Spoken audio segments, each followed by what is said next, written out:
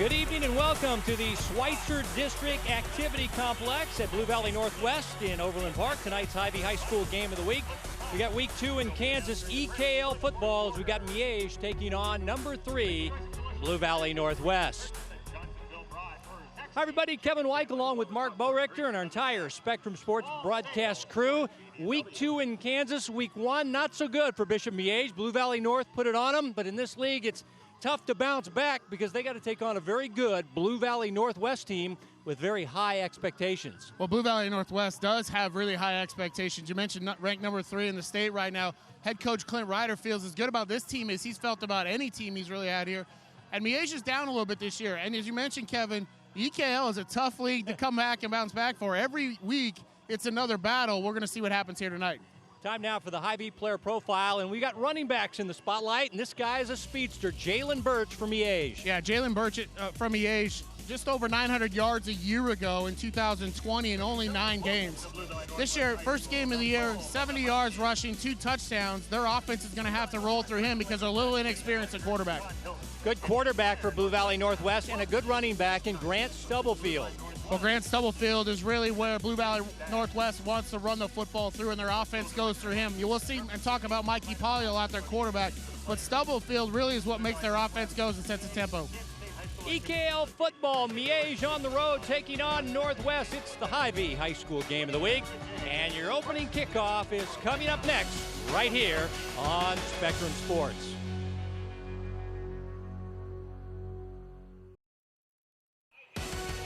The game of the week is brought to you by Hy-Vee. They're proud to support Kansas City High School athletics.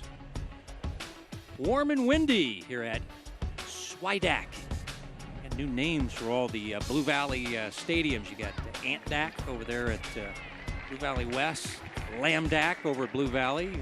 We're at Schweidack tonight, and we got a full house. And glad to have all the fans here for this Week 2 EKL matchup between Bishop Miege, losers Week 1, as they lost to Blue Valley North. Blue Valley North, a very good team with Henry Martin and all his passing numbers that he put up, as they lost that one 51-24. But Blue Valley Northwest, good defensive game, and they beat Blue Valley in Week 1, 35-21. As we go down on the field now for the opening coin toss, your referee tonight is Mike Marshall.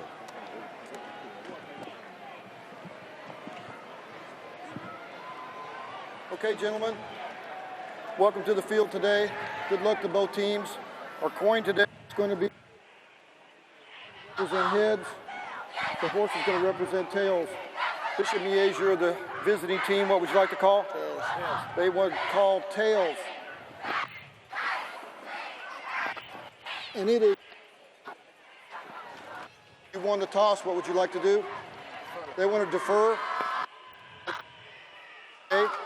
You want to kick from the clock. Get your backs to the clock. Put your backs over here. We'll tell everybody the Blue Valley won the toss. They have deferred to the second half. Bishop Miege will receive. Good, gentlemen.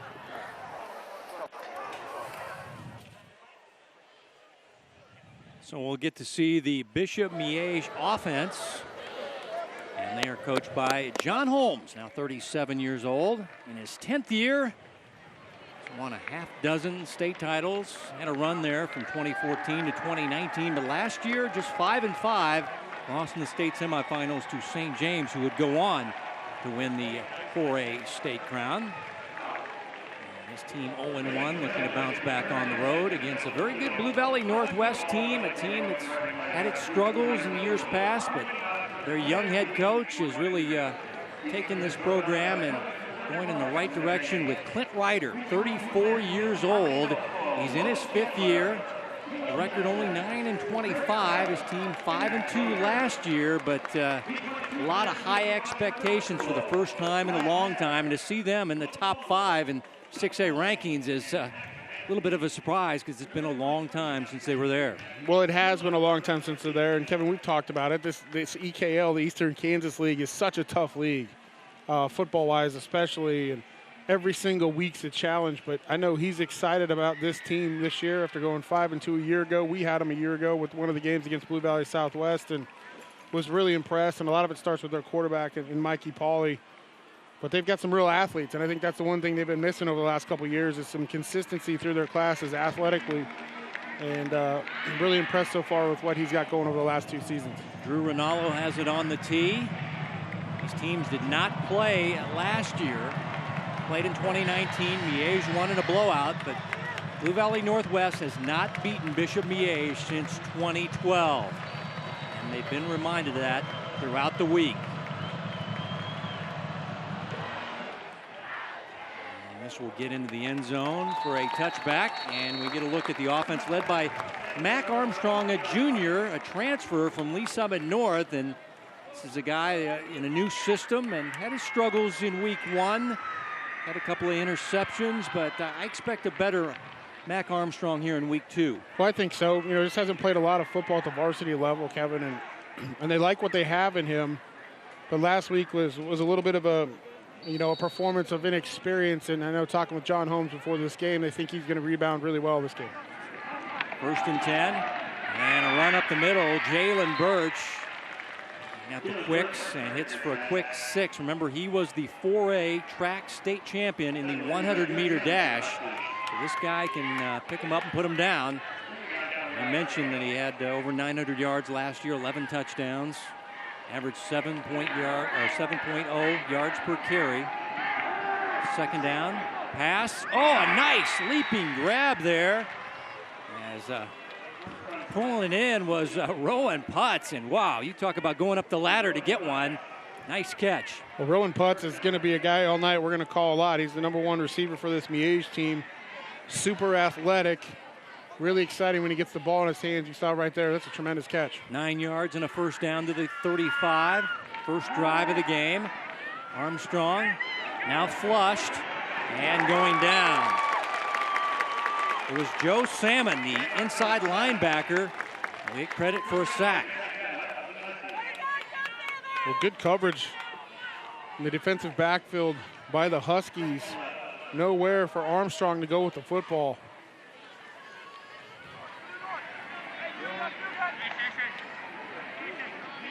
Big tight end on the right side. Keep it on the ground. Birch trying to cut it back. Not much doing there. Ronaldo to stop the other inside linebacker as we take a look at your Hy-Vee starting lineups. And these are the guys up front for Miege. And Tim Grunhard back as the O-line coach.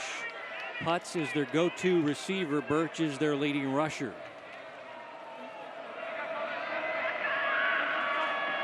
Third down and long, and Armstrong throwing it, and the receiver broke off his route, Tommy Wright, and the pass sails long and incomplete. It'll be 4th down and punting time now for the Miege offense. Coach Holmes was really worried about his defense getting stops, but he also wanted to see some improvement from his offense tonight, but this is only the first drive of the game. More coming your way, Coach Holmes. But, firing coach for the Stags sends out his punting unit. Punt is away. Fair catch called for and taken at the 31-yard line.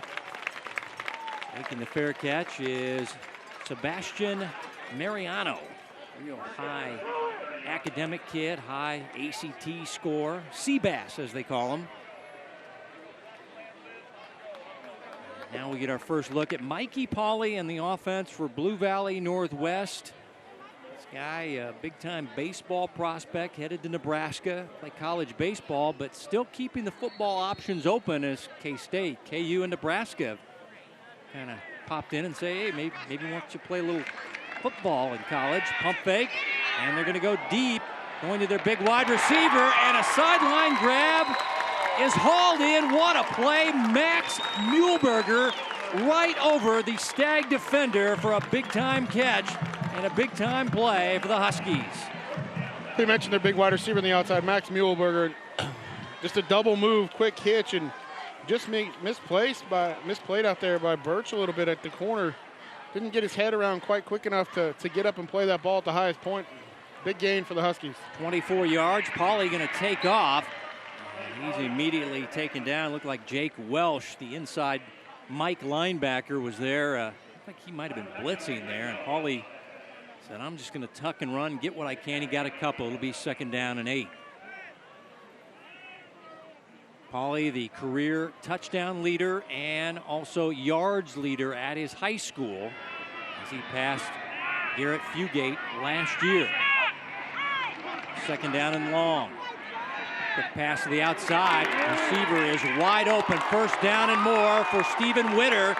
The speedy little wide receiver takes it inside the 10. 1st and goal, Huskies.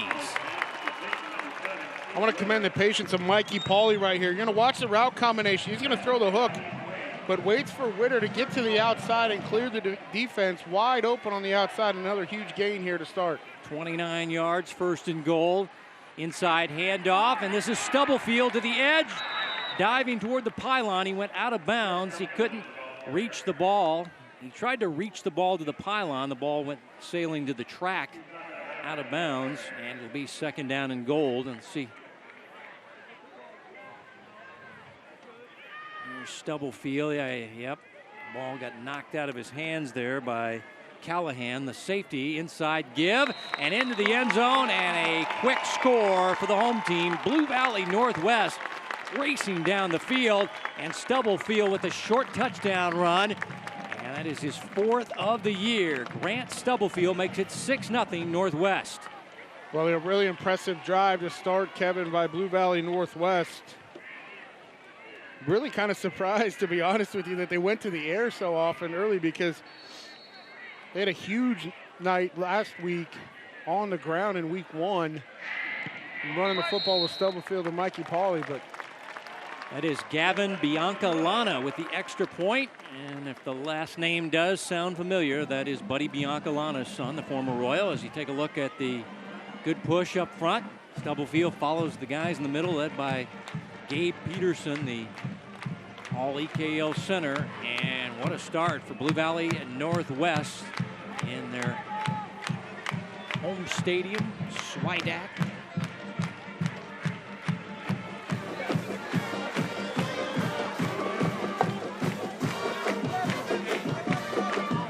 Well, great drive to start for Blue Valley Northwest. And this is the one thing that John Holmes and Bishop Miege didn't want to have happen after a week ago. I know he talked about with me wanting to get some stops early and get his defense some confidence, because that was the one thing that really plagued them last week, was big plays as well through the passing game. And now they're down 7-0 to start this one.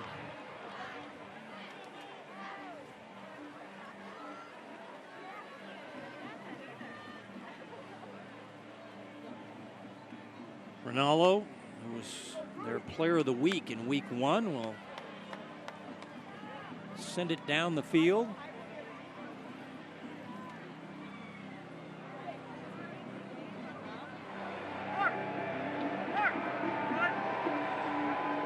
Putz and Birch, your kick returners, as the fans reacting to a helicopter buzzing the stadium.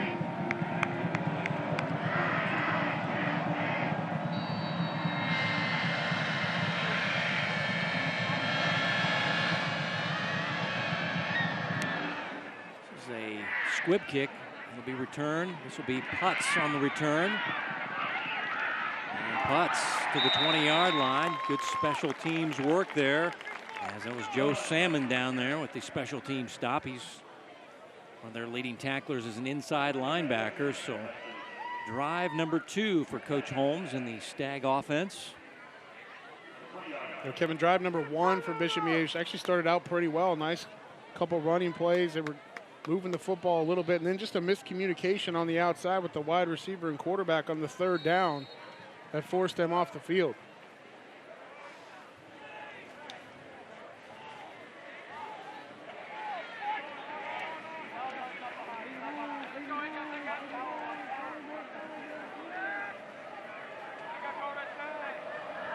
Two receivers to the left.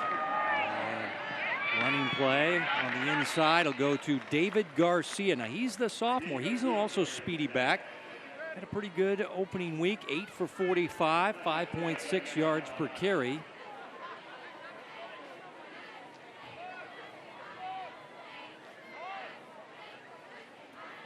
See, Isaiah Coppage was out on the field. The transfer from Washington, getting some playing time. Armstrong, take off and run. Not much doing there. Good job of kind of keeping him contained was the defensive line there. As making the play that time was Peyton Ruby.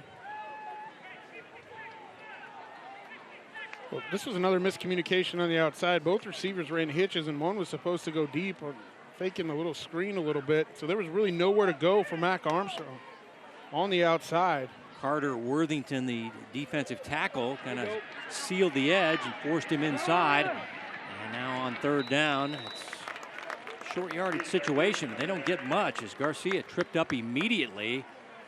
And it looks like a quick 3 and out for the Stags as the punting unit coming on the field. So the defense early on for the Huskies looking very strong. Colin Ahern is their defensive coordinator in his second year. As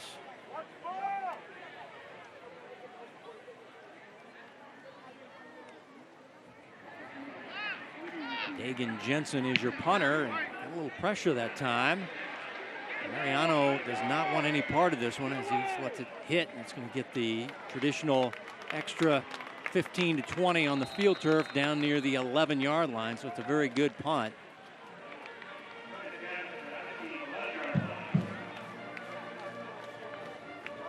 Be a 50-yard punt with all that roll down to the 12-yard line. 1st and 10 for the offense that only took 5 plays. What about this Husky offense? You mentioned last week the running game was working, so they stuck with it, but they come out throwing the ball here, and that worked too. Well, it did, and Miege gave up 434 yards last week, and the majority of that was through the air. And so I think Blue Valley Northwest looked at this game coming in and said, opening drive, we're going to attack their secondary, and they did that with a couple of runs mixed in. But as you mentioned, it only took 5 plays to score, but backed up here now on their own 12-yard line. We'll see what happens if Miege comes up for the stand.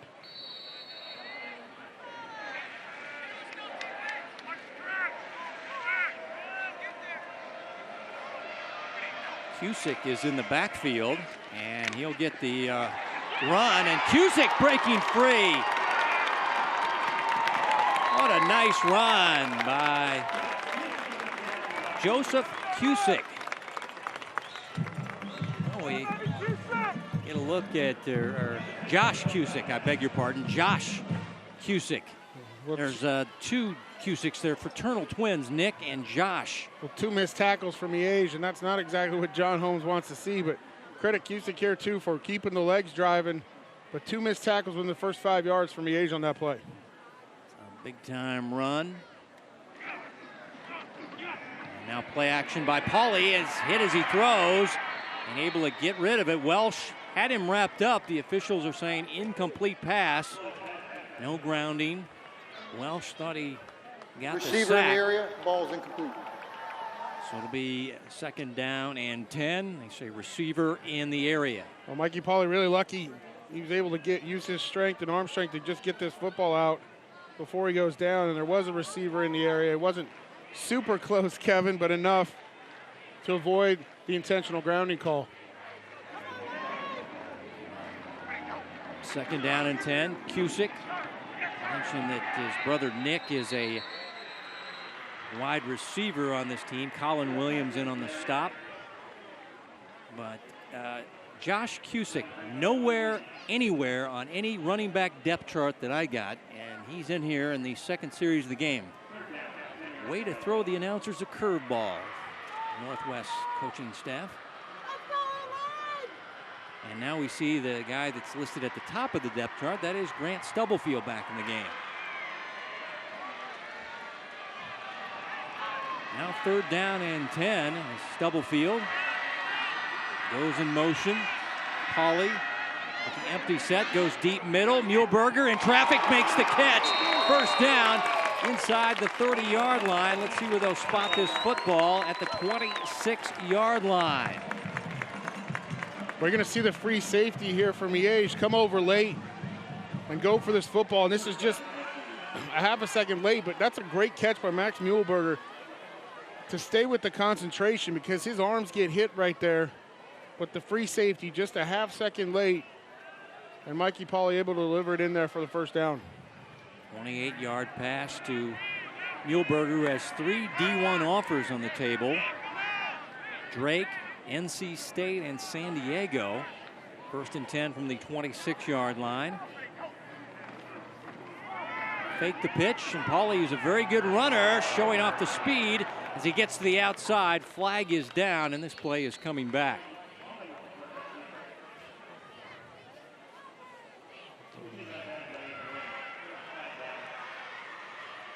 Well, this is going to come back for a hold.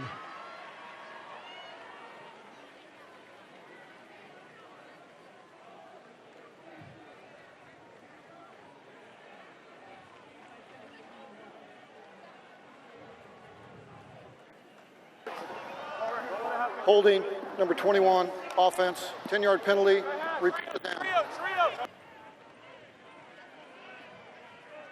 And you see it just to the right of the screen, number 21 coming in here on 34. A little bit of a sail, sold that well from the linebacker position. Wasn't too bad of a block, but the official saw it differently from behind. Pass to the outside to Witter, gets a nice block, gets to the edge, using his speed, cuts it back, still on his feet, into the end zone, touchdown! Stephen Witter, 35 yards, making Stags miss. And this little guy, 5'10", $165. They call him the Yak Guy, yards after catch. And here on this play, you see why. Well, he can really fly, and breaking a couple tackles, picked up a nice block on the outside that we'll see in a second.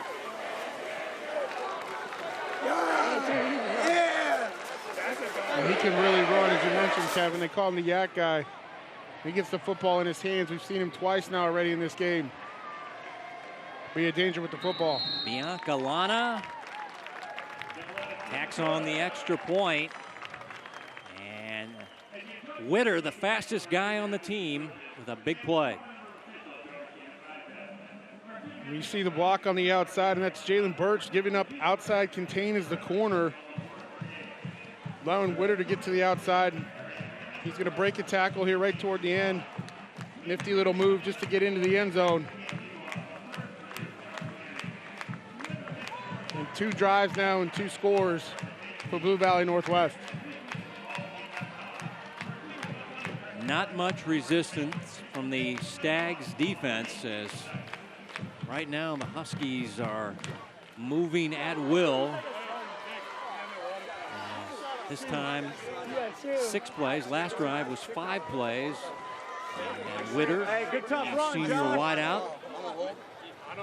First receiving touchdown of 2021. Expect a lot more out of this guy. Well, 6 plays on that drive, Kevin, but the third down, pitch and catch from Mikey Pauley to Max Muehlberger down the middle of the field on the post route was really the big chunk yardage of that drive outside of the touchdown there to Witter. Putts the deep man on the return, going to play baseball at Kansas State. Rinaldo drives this one into the end zone for a touchback. And the Stags trying to find some offense.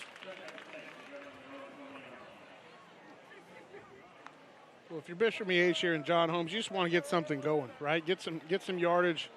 You've had what looked like, based on the reaction of the sideline and the coaching staff of Miege, some missed opportunities and missed assignments, not being on the same page of what play they were running from the receivers to the quarterback on the first couple of opportunities on their first 2 drives. So, well, there is the Miege cheering section in the all-black T-shirts, but not much excitement going there, as here's Birch trying to get out of the backfield and work his way for a gain of about 3 yards on the play, where he is taken down. 2nd down and 7. You know, Kevin, you mentioned Isaiah Coppage, number 88, on the field for the first time, and also number 3, Christian Bowen Webb, basketball player, decided a couple weeks ago to come out for football, but you'll have to hit the minimum amount of practices before you can play, and so he's in the lineup tonight as well. And Putz took a look, a little glance downfield, and ended up dropping the football as Carson Rocky had the coverage.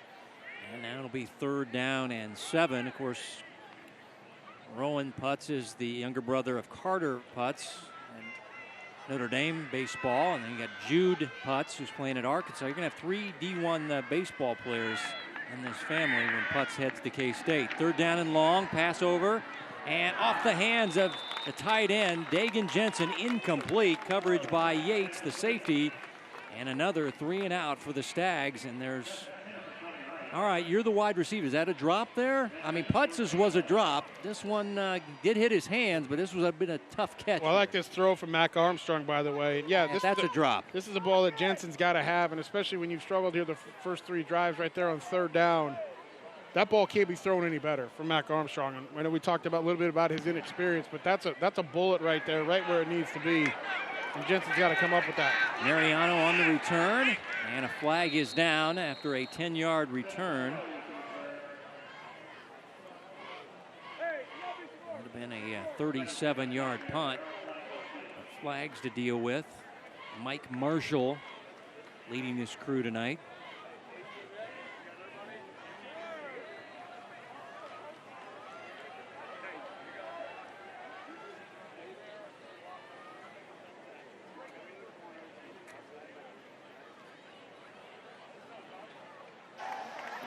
On the return, illegal block in the back, number 55, 10-yard penalty, 1st down, Blue Valley Northwest.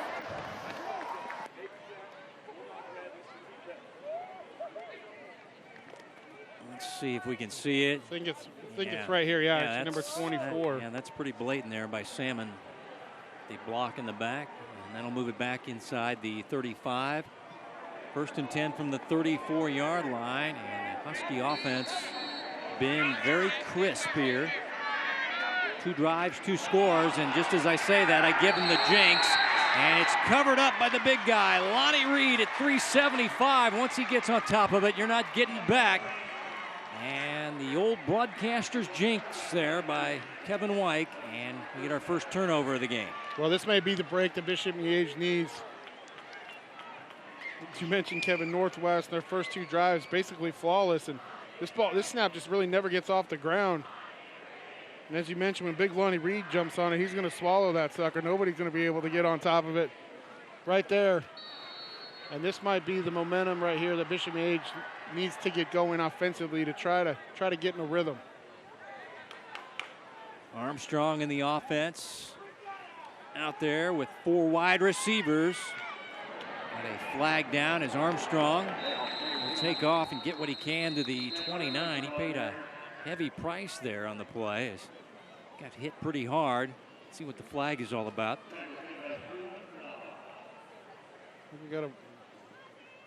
Looks like it's going to be a formation penalty, I believe, on Miege.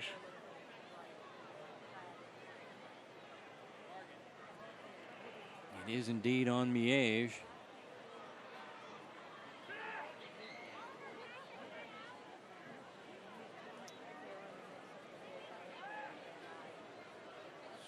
Move it back on Coach Holmes' team. I want to say a quick healing to his daughter, Abby, who's 8 years old, who broke her arm this week. Illegal formation on the offense. 5 men in the backfield. 5-yard penalty, repeat the down. You're going to see your wide receiver at the bottom of the screen needs to be on the football down here. You got 3 receivers to the top. Not enough guys on the line of scrimmage. And that was the illegal formation.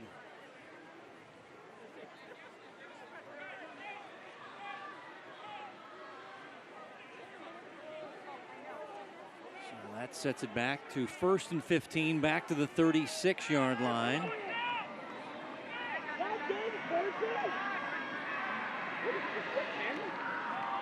Birch using his speed to the outside. Another flag is down as Yates, the safety man, got to the edge and forced him out. As we get back to another flag. This is going to be a hold on the end on Dagan Jensen, the tight end, right at the point of attack. He was trying to hook the defensive end.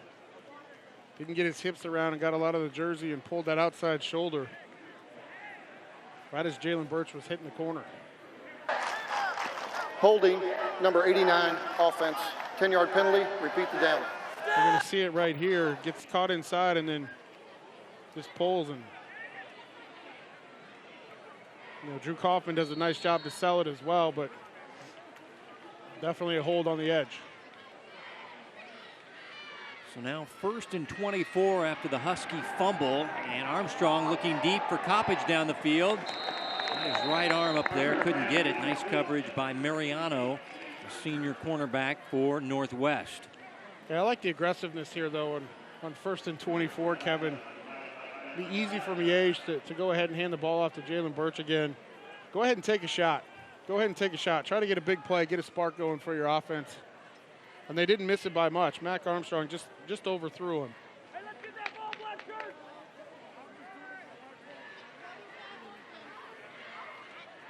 Second down and 24 for the transfer from Lee Summit North. A quarterback battle with Aiden Wing. And he was able to beat him out. Now the quarterback is under duress and going down. Joe Salmon with the sack, the inside linebacker for the Husky D. Well, we've called Joe Salmon's name several times already tonight, and you're going to see the pressure coming inside. Mugged right up in there. Just able to beat the center. Right up inside for the sack. Now this drive is going backwards. Now all the way back after the sack and 2 penalties. Gone from the 31 all the way back across midfield to 3rd down and 31. Back at Miege's own 48. Quarterback going down again. Wow. Salmon is the fish of the day.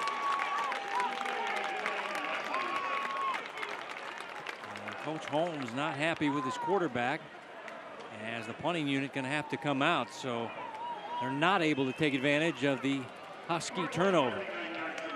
Coach Holmes upset because they ran a little hitch on the outside with the fade, little slot fade, and the slot fade was covered, but he wants Mac Armstrong to get rid of that football and not take another sack. Jensen off the side of his foot, maybe blocked. I don't know, I didn't hear the double thunk, but it goes out at midfield, so it's an only 11-yard punt. And nothing going right now for Bishop Miege here in the late stages of the first quarter. And Coach Holmes not a happy customer on the Miege sidelines. Well, it's been a rough start so far for Bishop Miege in this game, and we're going to take a look at this punt here. A little bit of pressure. It just goes off the side of his foot. I think he saw the pressure coming inside, and he's done a nice job the first couple of punts, but this one just off the side of his foot. And this is that sudden change. Watch for Blue Valley Northwest to possibly take a shot here on 1st down.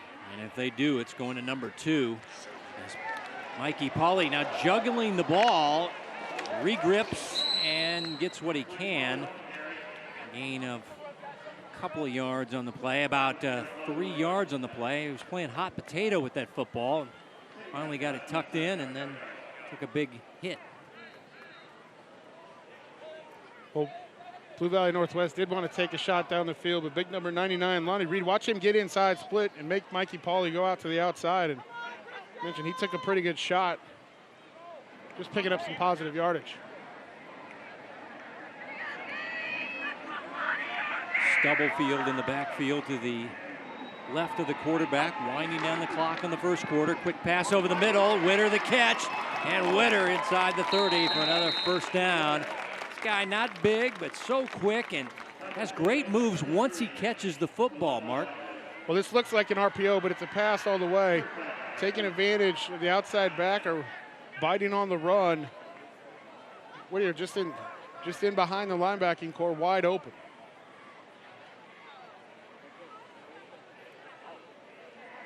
Early movement by the big guy, and when you're 375, yeah, you are easy to spot. And Lonnie Reed with the encroachment penalty. Offside, defense, number 99, 5-yard penalty. Repeat that. And it'll be 1st and 5.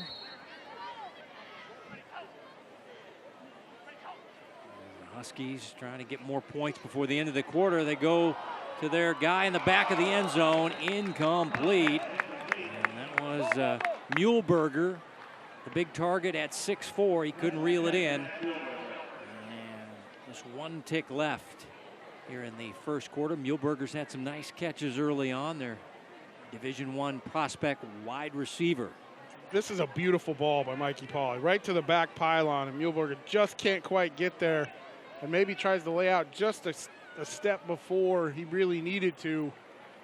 That ball was put exactly where it needed to be, outside the coverage, threw it to space, just unable to connect with Muehlberger.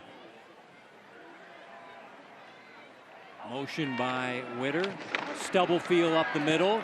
Stubblefield has the first down. He'll have it down to the 10, and that'll be the final play of your first quarter, dominated by the home team, Blue Valley Northwest. A couple of quick drives, 5- and 6-play drives, as they get a rushing touchdown and a receiving touchdown and lead it 14-0 at the end of one, as you're watching the Hy-Vee High School Game of the Week.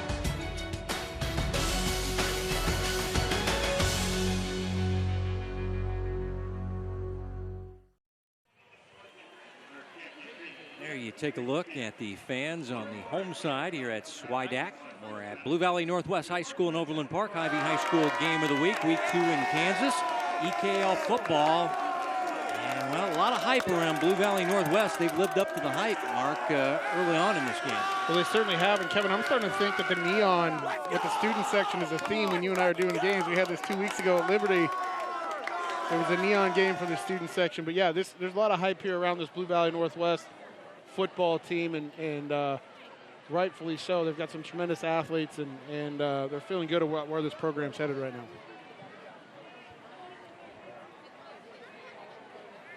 It'll be 1st and goal from the 10-yard line to start playing the second quarter. Huskies driving on a drive that started at the 50-yard line. Here's Stubblefield breaking a tackle, and the second push, and the whistle blew as he reached his arm across, so let's see where the officials are going to spot this. I think they're going to rule his forward progress was down when that whistle blew. All right, so they'll spot it at the 2-yard line. It'll be 2nd down and goal. Stubblefield had the first score of the game.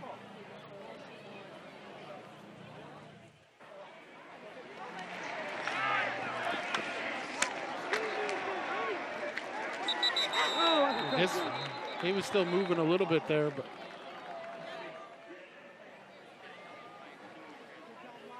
and this is Stubblefield into the end zone. Touchdown from 2 yards out, his second of the night. Remember, had 3 last week. Grant Stubblefield, very good basketball player. Let's talk to the new basketball coach here, Aaron Eim. He's excited to take over for Coach Fritz. And one of his players is going to be this guy right here. This guy came off the bench, kind of the 6th man for the Huskies last year, but showing he's a pretty good football player as well. As Bianca Lana. Get early movement. Do you remember Buddy Biancalana for the Royals? I do. All right, well, this is his son Gavin, who's say is a big bodybuilder guy, really into sculpting his body. As you take a look at Grant Offside. Stubblefield. On defense. Full re-kick. So penalties on Miege starting to add up here. Struggling moving the football, but they're also shooting themselves in the foot. Penalties. There's Biancalana's second attempt at a PAT. It's up and good. His brother is one of the managers, Alex, one of the ball boys here. Let's go back to the short touchdown run by Stubblefield. Well, again, nice drive by Blue Valley Northwest, and this is just really easy from the 2-yard line. Watch the push and the double team right there. From your guard and tackle, just watching the defensive tackle down and nobody else really on the double team for them to pick up. From a gap perspective, linebacker-wise, and it's an easy touchdown run for Stubblefield. Remember, they got the short field on the shank punt. And again, a little quick drive down the field. And this time another touchdown run by Grant Stubblefield. Father David is a administrator with the Shawnee Mission School District, Mom Anna with the KCK School District. So big Grant Stubblefield fan, big sports fans, both his mom and dad, cheering on the Huskies as they try to go to 2-0 this year as Putz waiting inside the 5-yard line for the kick return, but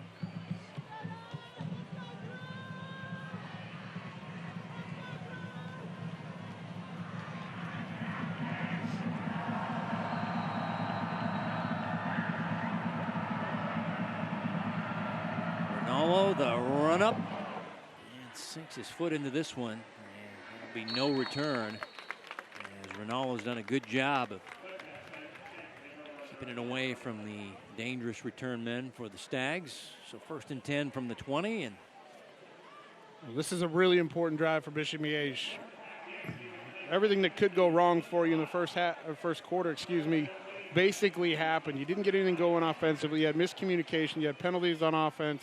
The only thing you didn't do is turn the football over. And defensively, Blue Valley Northwest has had their way with you so far. So this is an opportunity right here for their offense to get in a rhythm, get going. Officials timeout for a heat and water break. We get a hydration break, and I want to remind everybody to wish Coach Holmes' daughter healing up. His 8-year-old daughter, Abby, broke her arm this week doing a cartwheel.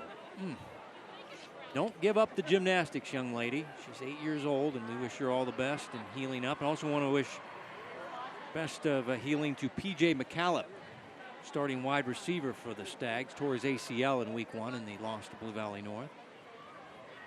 Now you put that hand down to plant to do that cartwheel, and poor Abby broke her arm. So we wish her all the best. Healing up there, Abby. Get back out there doing those cartwheels and flips and all that. As here's the pass, quick catch, turn up the field. That is Putz. That's 11 yards and a first down, make it 12.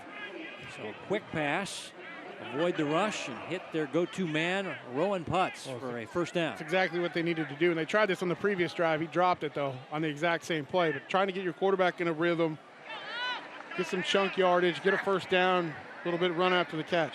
Well, they moved it back to the 31, so it was at the 32. Now they moved it back, and this pass caught by the tight end Jensen, and he fights his way near the 39-yard line. It'll be a gain of 7, so there's a good catch and run by the big guy, the junior, 6'2", 203, Dagan Jensen. Well, Miege will run some tempo, right? They run a lot of no huddle, use the wristbands to call plays. You can tell on this drive there's a little bit more of a sense of urgency and tempo. This running play will net the first down for the Stags, as that's Jalen Birch. Averaged 4.7 yards per carry last week, but most of the scoring for the Stags came late in that Blue Valley North game, as Blue Valley North dominated that week 1 game. As here's Armstrong looking down the field and throws it out of bounds. As Stags wanting a flag. And the ball was well out of bounds, incomplete. Well, there was some contact between the defensive back down the field and the wide receiver as he rode him to the sideline. So, yeah, definitely some contact there, and that's what the Stags were looking for, the flag. But I don't think the ball was quite in the air yet, Kevin, when that happened.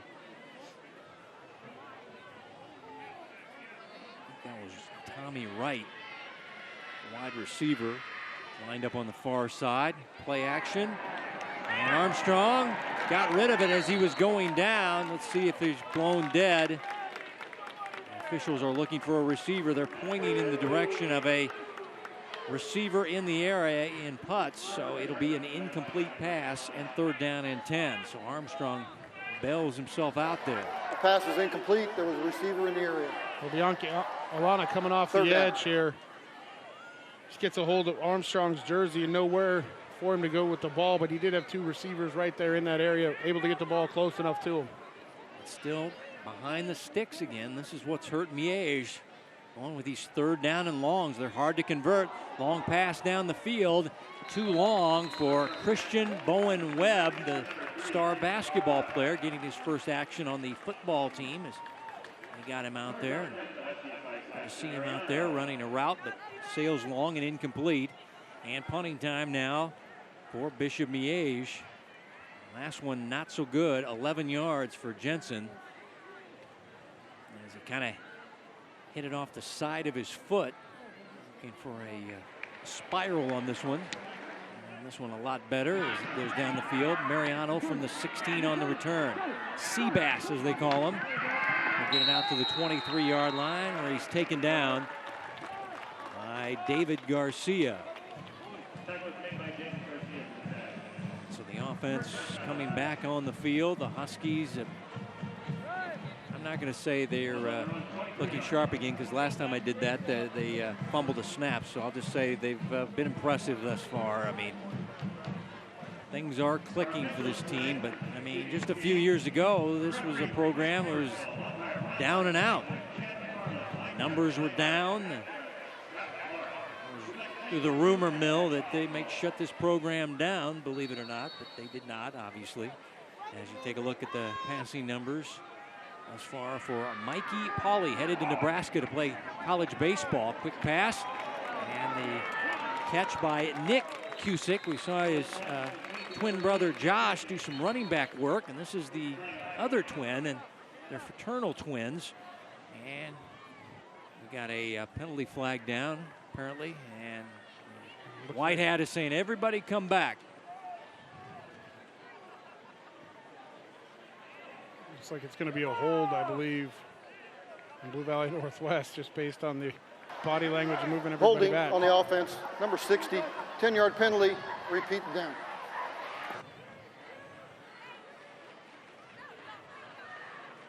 Well, that is the younger Deppie brother.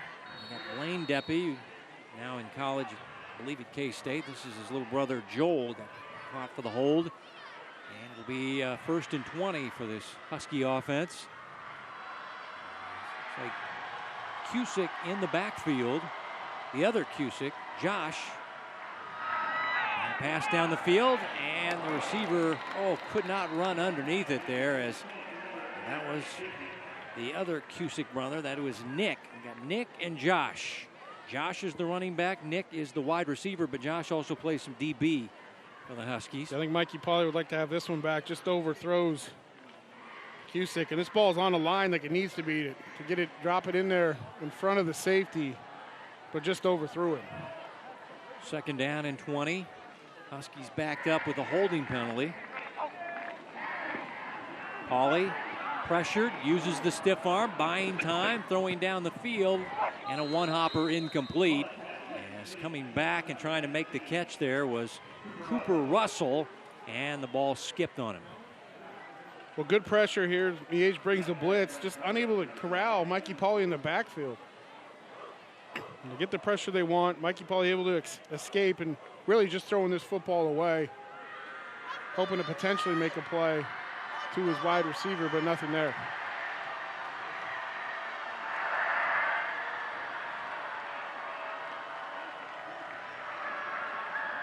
Now 3rd down in the country mile.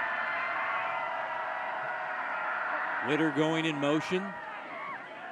And they'll swing it back to Grant Stubblefield out of the backfield, and blockers in front of him. Grant Stubblefield has green grass in front of him. Needs another block. Gets it, cuts it back, and he'll use his stiff arm and get in for the touchdown. Oh my, now there is a flag down. All that excitement, and we've got laundry on the field. Well, this happened right about the 19 or 20-yard line, right on the cutback from Stubblefield on the screen. This is a well-designed play. And Miege looked like they had it sniffed out for a second. During the run, illegal block in the back, number 65 on the offense.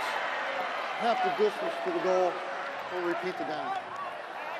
You're going to see it here. All the flow is to the left-hand side. They're going to fake a little bit of option, come back and throw it. And right here, doesn't really need to make much of a block because the cutback had already happened. And then when you get Stubblefield into the open field, gets a nice block down the field, but it's all coming back. So 87 yards of excitement is wiped away with a holding penalty. Now 3rd down and 24. Pauly down the middle, going to be intercepted. And that's going to be the safety man, Aiden Wing, with the interception. Turnover number 2 on the night for the Huskies. This is a huge swing, Kevin, of emotions in this stadium right now. And Mikey Pauly wants this one back. This ball needs to be thrown right off the bat. He had 2 receivers open right now, but he looks to his right, and it's late down the middle of the field.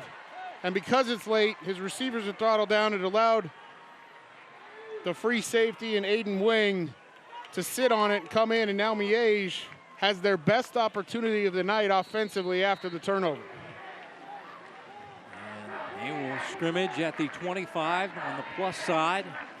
Looking for points, trying to get back into this. Wing is a quarterback. He'll throw it, and he has his man down the sidelines into the end zone. Touchdown.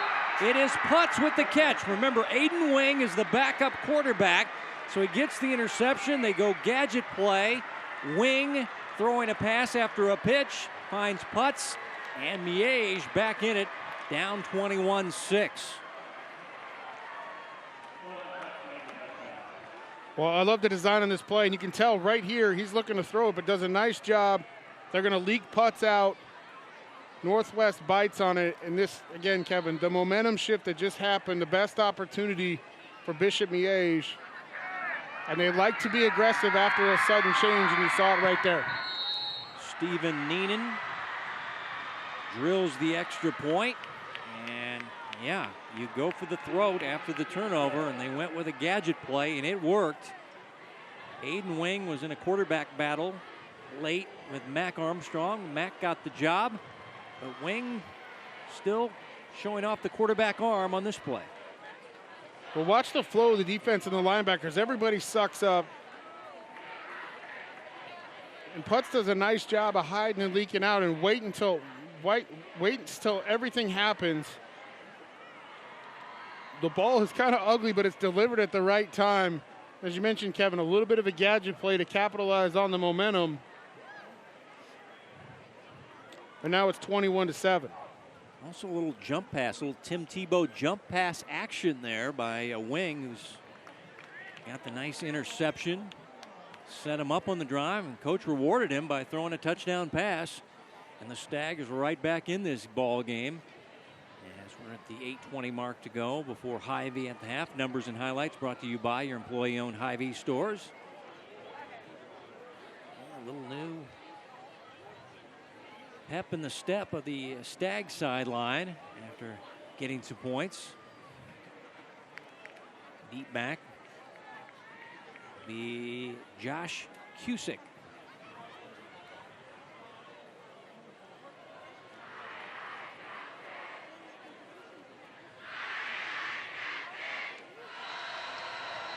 Stag fans making noise as the run up and the boot. And a runner down the field. A juggle around. Not much doing there. It's a lot of confusion. That was Peyton Atchley who finally picked it up. And I don't know, I had to envision visions pop into my head, the old star play, you know, where you turn your back to everybody and everybody shoots past you, but that wasn't what was happening there. It turned into looking like yeah, that. Everybody kind of went to the ball with the guy right there. Well, one thing I've noticed tonight a little bit too, Kevin, you know, Mikey Pauly's had a little bit of hard time holding on to the football. It's a humid night tonight, right? It's a gorgeous night outside, but really humid. Ball becoming a little bit slick. Something to watch as this game goes along. So from the 17-yard line, Stubblefield in the backfield.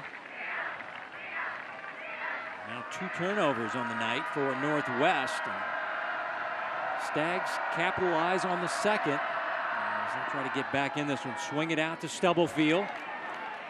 And he cuts it up to the 23 as he's hit hard there by Welsh, the Mike linebacker.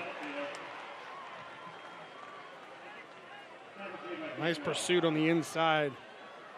by Jake Welsh, the middle linebacker, their leading tackler, most experienced guy on the defense, coming from the outside. You see him relentless pursuit because there was some room to run for Stubblefield. 3-year starter. His pass to the outside is caught by Chase Wernemont. He's a junior wide receiver, 165 pounds. His first catch of the game. And it'll be even for a 3rd and short situation, 3rd down. Only need a long yard to keep the drive going. And this is a nice cutback run by Stubblefield with that upright running style. And he's across the 40 to the 43-yard line. It'll be 17 and a first down for Grant Stubblefield. Has 2 rushing touchdowns here in the first half. So just taking advantage of the aggressiveness of defensive end up the field. And he's got to wait because it's a zone read look. He's got to wait on the quarterback, and it's opening up seams for Stubblefield. Go with tempo, and Mikey Pauley, who had 167 yards in week 1, shows a good running prowess on this play, and using the stiff arm. Well, he actually faked the stiff arm, put the stiff arm out, and didn't actually use it, but goes for a nice run inside the 30 to the 29. As you mentioned, going a little tempo, trying to get to the quick game, but nowhere to go with the ball. So Mikey Pauley using his athleticism and his legs, pick up the first down. That was a quick 28-yard run by Mikey Pauley. Now going down the field, has a receiver open, and the touchdown as they hook up.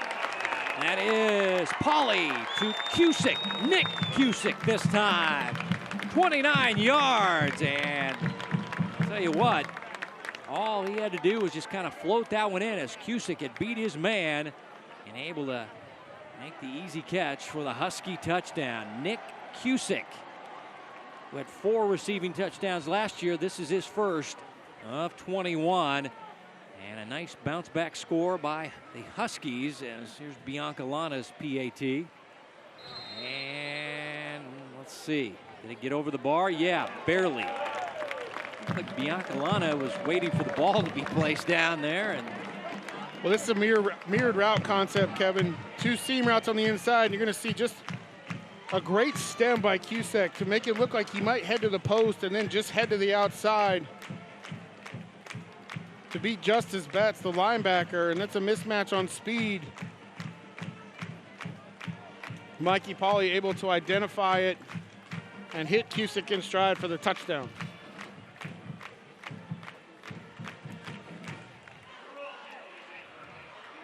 there you look at Mikey Pauley, played basketball, came off the bench. Long drive, another single-digit play drive, another 5-play drive, under 2 minutes. Cusick has Birch back to return the ensuing kickoff, but just when you thought Miege was starting to get a little momentum here, that was quelled by the nice 83-yard drive by the Huskies. Keep that one high, safe. Running the flat, because I mean they got nobody goes. Yeah, nobody's going out with me. Coach, that 5. I want to see how tight they're playing. I just want to fade. That 5 for me is open all day. Oh, I need our Yeah, spoken like a true wide receiver. That's right. We're always open. That's why everybody's open. Get me the football. Well, Ronaldo, you know he's a good linebacker. I tell you what, he's a pretty good kicker here. This team, he shows a strong leg, leading tackler in week 1. He just keeps bombing them down the field. This time it's going to be returned. Birch on the return from the 2-yard line, kind of weaving his way, and get near the 23-yard line. Stags scored on their last drive, a little gadget play, wing to Putz. And now it looks like we're going to see a new quarterback. No, it'll be Mac Armstrong back out there. Mac once again won the quarterback job for Maiden Wing. Game slowing down for him, according to the coaching staff, but still a little green. As this running play, a little limited.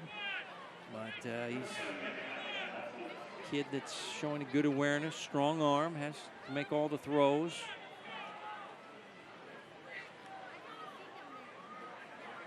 Birch, nice run, a 5 yards, 2nd down and 5.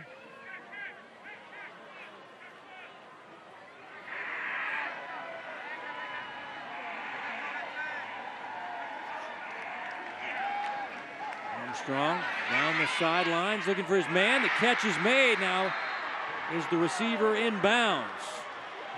Yes, they will give it to him. Tommy Wright, with a guy draped all over him, makes the tough catch for Bishop Miege. Well, Miege trips to the left and goes one-on-one to the outside to right, gets a foot down.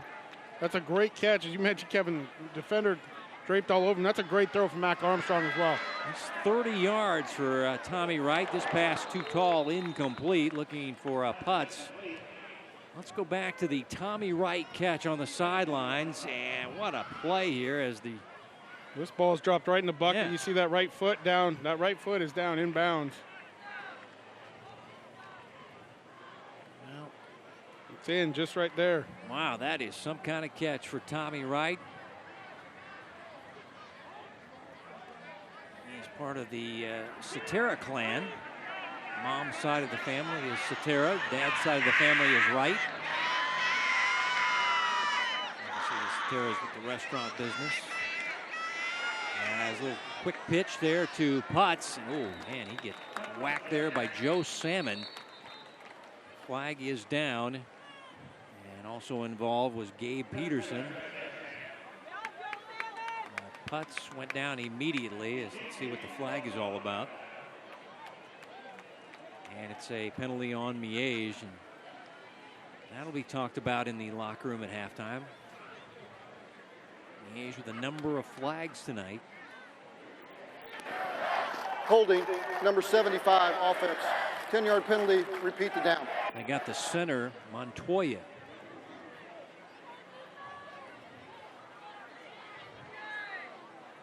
This is where a holding penalty in high school football really hurts you because it's a spot foul too, Kevin. So it occurs 5 yards behind the line of scrimmage where the flag was thrown. And it makes it a 2nd down and 26. Quick pass to the outside. And it's caught by Putz, and Mariano just grabbed him around the legs and let his teammates kind of do the final touches on this play, and he took a hard shot here after a limited gain on the short pass. You're going to hear the pop here in a second. Oof. That was Ronaldo come flying in, the inside linebacker. Potts a tough guy. He'll stay in there. Headed to K-State. He's an outfielder. College baseball player is now Armstrong firing. Coppage the catch. The good stiff arm. Coppage, a big wide receiver, fights his way inside the 45. And still need quite a bit of yardage, but Coppage showing some good yards after the catch moves here. You got 4th and 11. I think John Holmes is going to go for it here. You got nothing to lose. You're down 28-7. You got to get some momentum going again here on the plus side of the 50. They list Coppage on my roster as 5'11", a $184. They need to update the roster a little bit. He looks a lot bigger than that. Now, 4th down, 11. Fans on the home side trying to get a stop. It'll be a pooch punt instead. Let's see if they can down it inside the 10. Miege right there, and will. Great execution, as that's Putz with those good wide receiver hands. Just kind of cradle it, put it down on the field, and it'll be the Huskies backed up with 4:09 to go before Hy-Vee at the half. So Armstrong showing off the punting skills.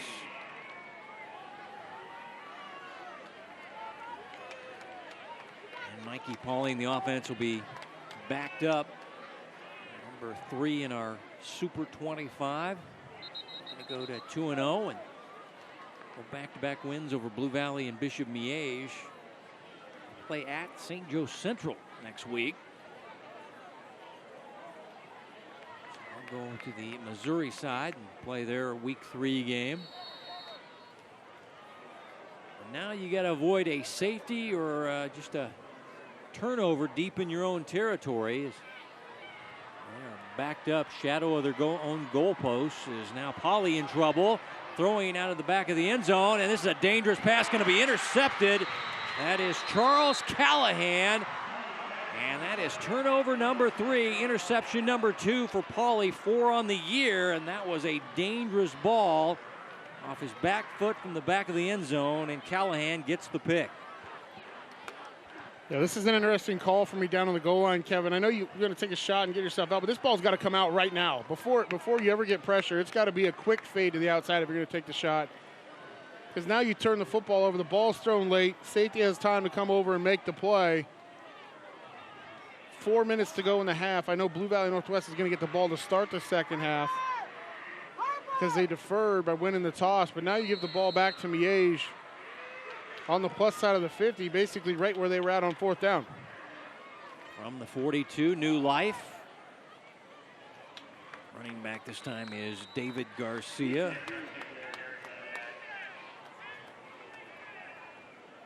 Garcia, young sophomore, 5'7", 150. Shows good quicks, hits the hole very quickly.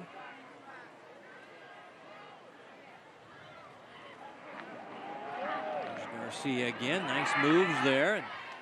Close to the first down. It's going to be 3rd down and short. How important would it be for the Stags to get a touchdown right before half here as far as getting back in this ball game? This is Garcia. He'll get hit immediately, but it looks like he's got enough for the first down. Blue Valley Northwest sold out on that last play. And yeah, they really blitzed, didn't they? They were able to get a hand on Garcia and trip him up. Otherwise, he might have made it to the second level and into the end zone because there was nobody else back in the secondary because they really sold out on that play. But I like what John Holmes is doing here, running the football with, getting the ball back here with 4 minutes to go, getting a first down, and now you can kind of take some shots here and kind of do what you want offensively. So spotted at the 32, 1st and 10. Christian Bowen Webb out there as they go 4 wide receivers deployed. And they'll pass it to Birch out of the backfield. Birch to the edge with that speed, and another first down to the 19-yard line. It'll be a gain of 13 for the Stags. This ball is going nowhere but to Jalen Birch. This is a designed flat route with speed. You got a quick out, but you're going to see the tight end turn around and block right away. They had Blue Valley Northwest outflanked. It's right where that ball needed to go, and they pick up a first down. Fans chanting Jalen in the Stags section there, and second effort on the run there by Jalen. And looked like he was going to lose yardage, able to get a couple on the play. The fans inspired him. Young man returning starter for this team. It looked like he was really stymied here, but Blue Valley Northwest looked like they were trying to strip the football instead of just wrapping him up and taking him down. Quick pass, Putz in space. Putz goes low with his head and shoulders inside the 10. It'll be 1st and goal from the 8-yard line. Rowan Putz with a first down catch for the Stags. Kevin, this is awareness right here. Rowan Putz understanding he's got open field in front of him. Got to get north and south right away to move the chains and keep the momentum going offensively. Kind of peeked to the outside, but realized I just need to get upfield. 1st and goal, quick pass to the outside. Nice cutback move. Flag is down, and Putz never went down as the whistles have sounded. Putz, a can-do attitude, but that's going to probably hurt Miege. And this flag is back where the ball was snapped on the opposite side of the line from where the play happened. Penalty's been a killer for Miege. It's going to be another holding penalty. Let's see where the holding was spotted. As you mentioned, it's a spot foul and then the 10 yards. Holding on the offense, number 51. 10-yard penalty. Repeat the down.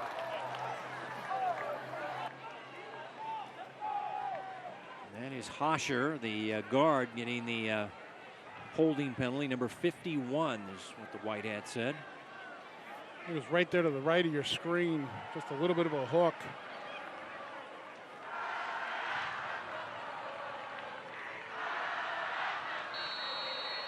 Well, moves it all the way back to the 21, so they lost 13 with the spot foul and the 10-yard walk-off.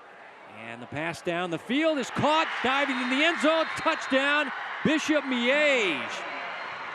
Tommy Wright, who had the critical sideline catch, is wide open here and just kind of fell into the end zone.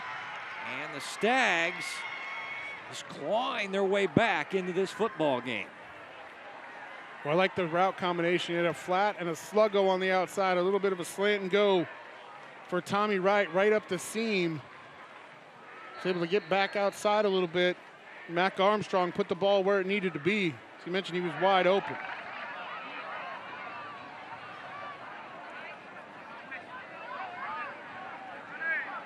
Neenan, high snap, brought down, extra point, right through there.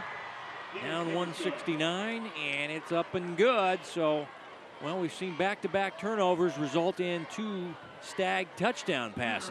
You saw the little move to the inside on the slant right there by Tommy Wright, and then right up the seam. And Mac Armstrong knew where he was going with the football, just needed to wait for him to clear that second level of linebackers. And Miege is back in business here with 1:22 left to go in the half. Yeah, the turnovers are killing Northwest as the Stags didn't take advantage of the first one, but the last couple, they get the gadget play touchdown pass and then strike with this 21-yard pass. 8 plays, 42 yards, 2.5 off the clock, and they're back in the football game. Great catch by Tommy Wright, saw earlier on the sideline. This one he was open, and the junior quarterback Mac Armstrong connected. And he's all fired up there.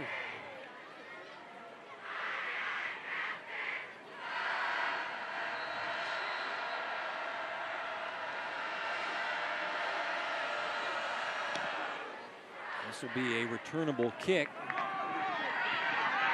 This will be Cusick. Cusick across the 20-yard line where he's wrestled down. Coverage by the Stags. I think that was Tommy Wright, Kevin. Right after his touchdown, coming back down on the kickoff team and making the play on the outside. Alonzo Bagley down there as well. Well,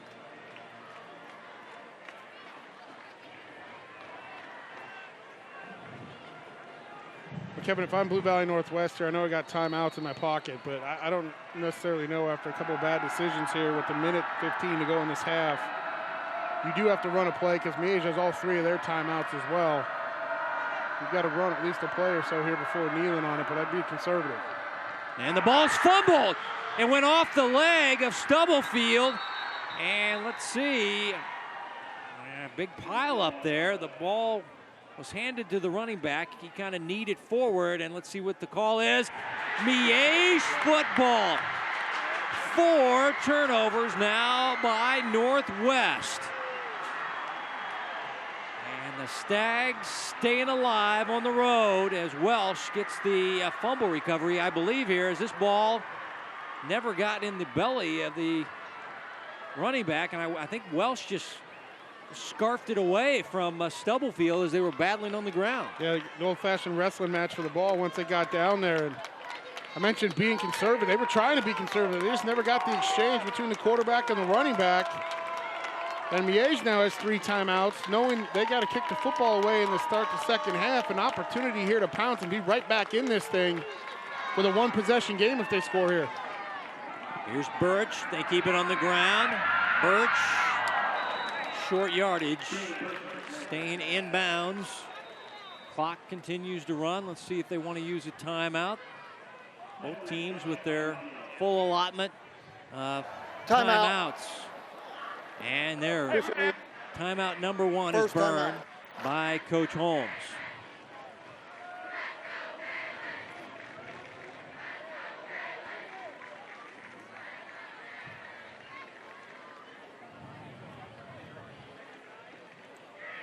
Well, you gotta have a kind of perplexed feeling in your mind. If you're Blue Valley Northwest, you've dominated this first half, but you've also kind of shot yourself in the foot with 4 turnovers.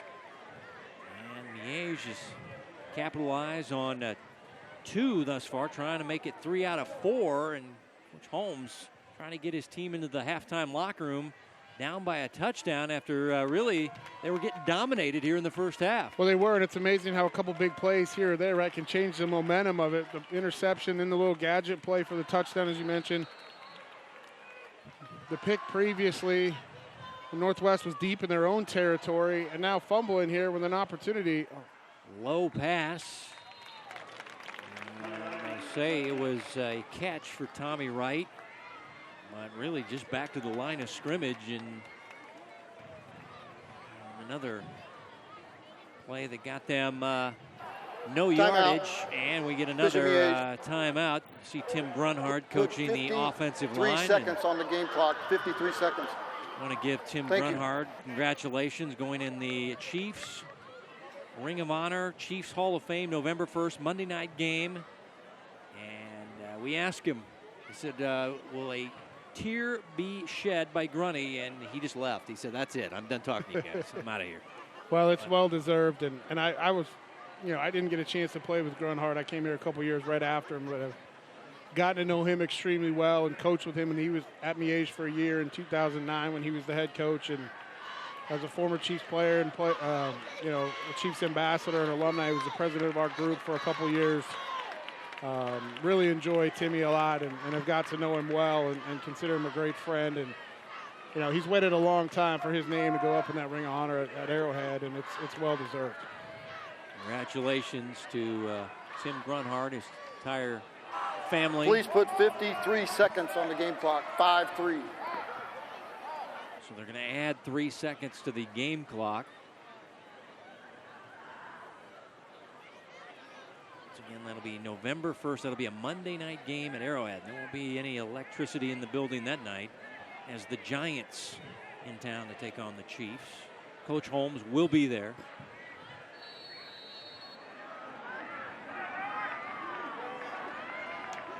Now 3rd down and long. Armstrong going to the end zone and off the hands of Christian Bowen Webb, who lost a shoe and couldn't reel in the catch there as he picks up his shoe. But they took a shot at the end zone and it came up incomplete. Well, and remember, Christian Bowen Webb just decided to come out for football a couple weeks ago, and this one just off his fingertips. And you mentioned he lost his shoe in the process, but got to take a shot at the end zone here, and I like it. Ball's thrown right where it needs to be, maybe just a little bit overthrown, but a good opportunity right there for Bishop Miege. They'll try a long field goal attempt for field goal kicker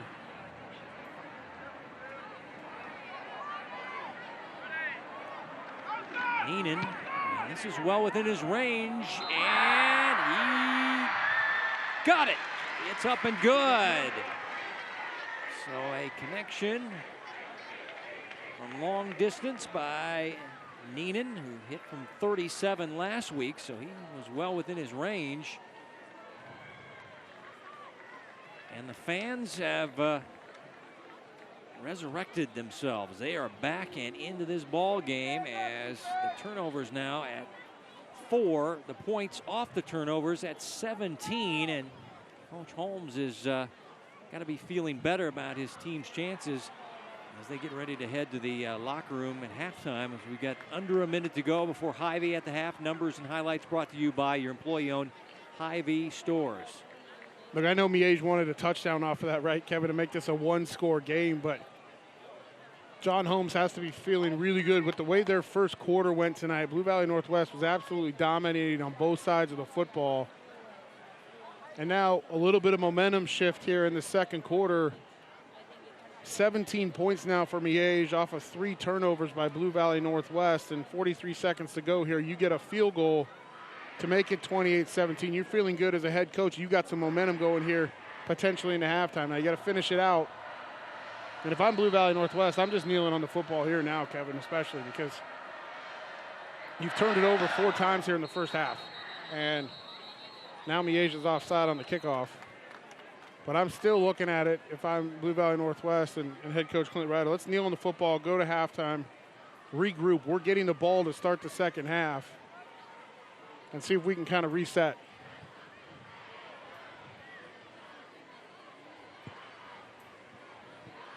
Well,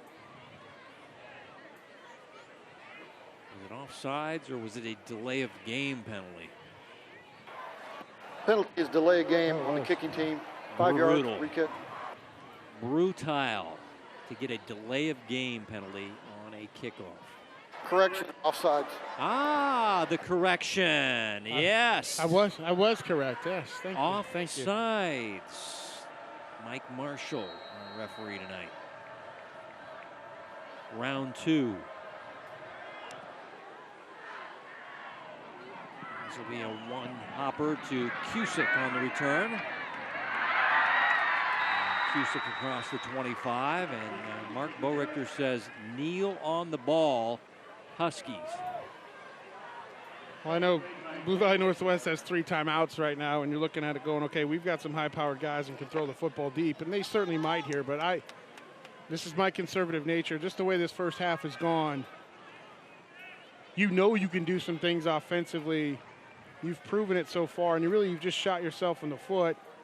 I mean, you tried to be conservative your last drive, you coughed the football up.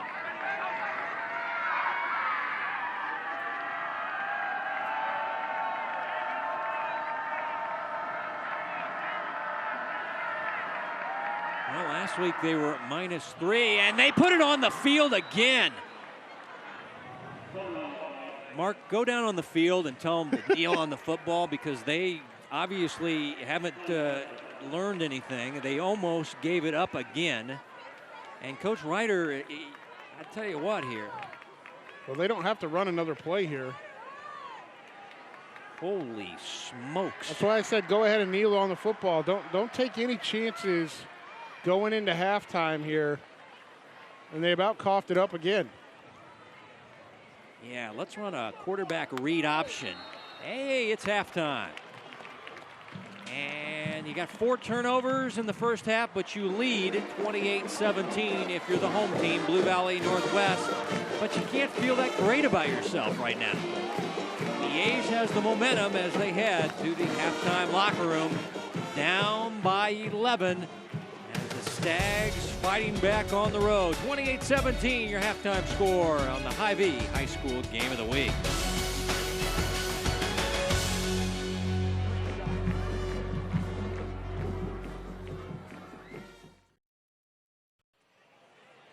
Big neon night here in Overland Park at newly named SWIDAC, Schweitzer District Activity Complex.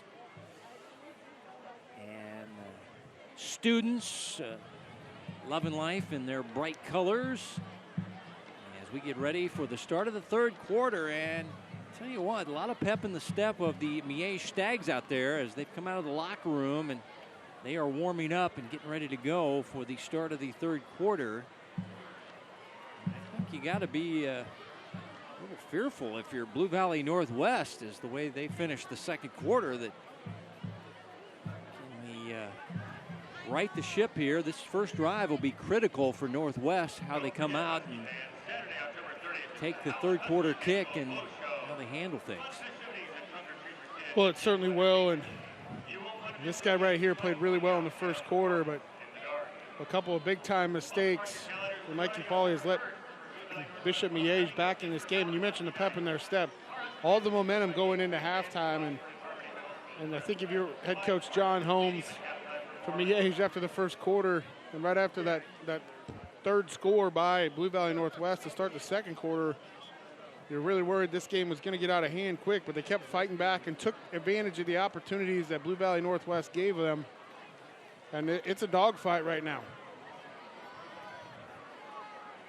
Well, it'll be the Huskies to get the football. They won the opening coin toss, deferred their option to the second half. But they have shot themselves in the foot with turnovers, and Coach Holmes and the Stags have fought back with 17 points off those turnovers. And they believe over there.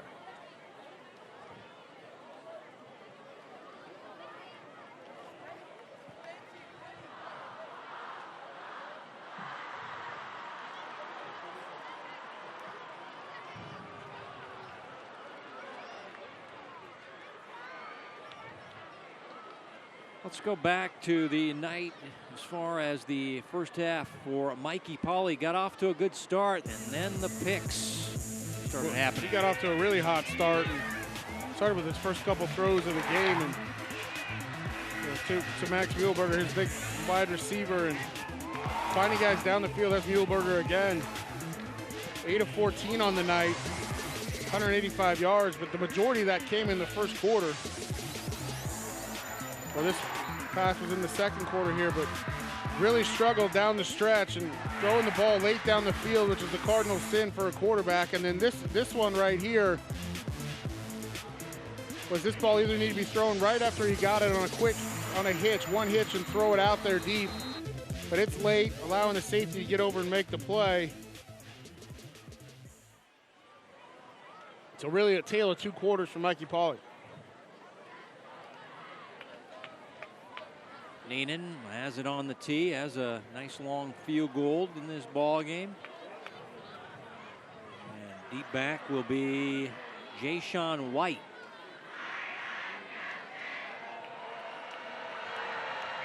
Interesting second half about to play out.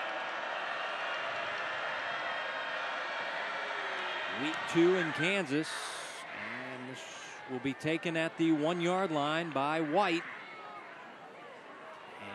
Flag is down.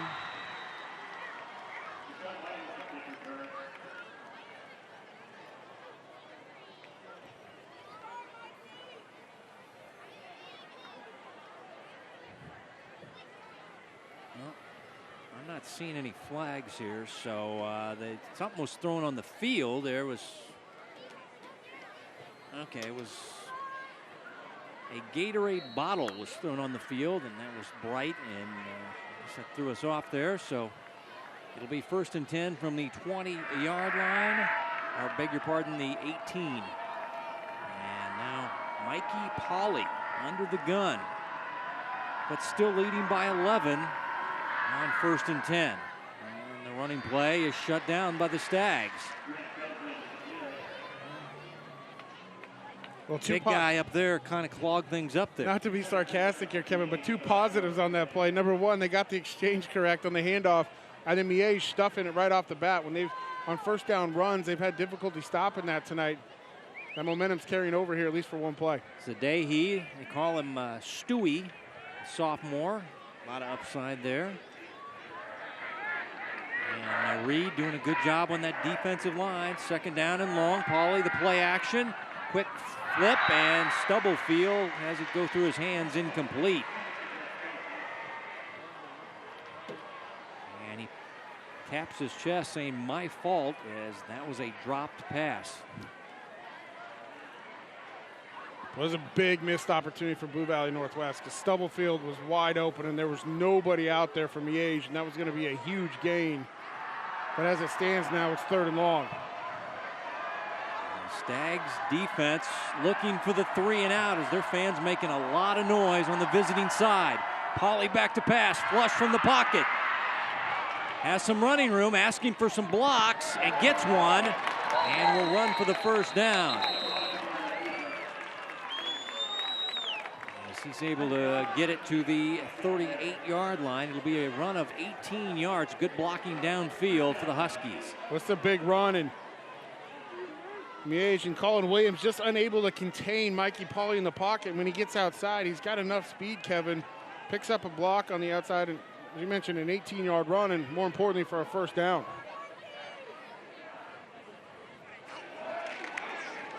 Quick pass, and it's caught by Cusick, breaking a tackle. Cusick had the ball knocked out of his hands, and the official saying the receiver is down. The ball is dead. It'll be Blue Valley Northwest football as Cusick takes it inside the 40-yard line for a first down catch. Well, really soft coverage by Miege. He's fighting the ball. The ball is moving.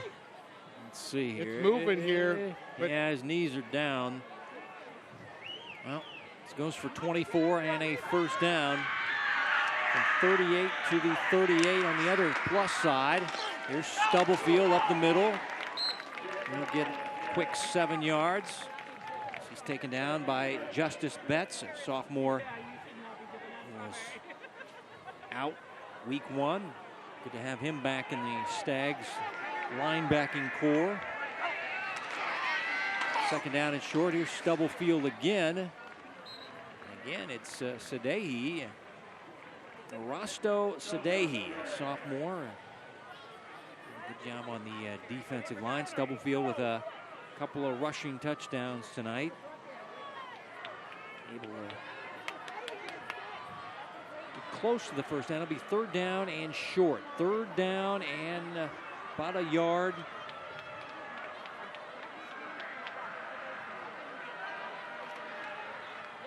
Stubblefield, ooh boy. And I don't think he got it on the spot as he is taken down here. This is going to be really close. Yeah, I thought maybe he stretched the football out a little bit. This was a really nice play by Miege to get in his legs and knock him back just a tad. Yeah. Keep his momentum. I know he went forward, but he made a little bit of a lunge, but just short. You can see the Stag there, but the defensive line, the guys, Durden, Walls, Williams, Reed, those guys have done a good job on this drive, and now they want to blitz those linebackers. You see them creeping up into the gaps. And now we're going to get a timeout for Blue Valley Northwest. Blue Valley Northwest. So they try to dry them. Try to get them to jump there. Instead, they'll take the timeout as we head to Suburban Gold action next week as Rapec, the defending state champs, take on the very talented Broncos of Lee Summit North and their new press box. Looking forward to that. Rapec at Lee Summit North next Friday night, the 17th. And of course, this big weekend is 20th anniversary of 9/11. It's a big weekend. A lot of people thinking about that situation and all the heroes and people lost during that time. And our thoughts out to all those people who lost someone in that tragic situation there 20 years ago. And well, now we're ready to play on fourth down and inches. Huskies going for it. Pauley keeps it. Welsh tackles him, but Pauley goes 6'4" and well over 200 pounds. And pounds his way, and he has a Northwest first down. And the ball may have come out. They're saying that the ball, let's see if the ball came out at the end of it. I think they're looking at the measurement on this piece on where they're marking it. They're going to bring the chains in to measure this. Wow, I thought he got it a lot from. Officials timeout for measurement. I don't know. I don't think it's that even close. Pauley's questioning the spot himself, I think. I think they're pretty sure this is a first down, but they're going to double check it. But all right. Well, Chain Gang will give us the official view here, but I thought he was well past the sticks.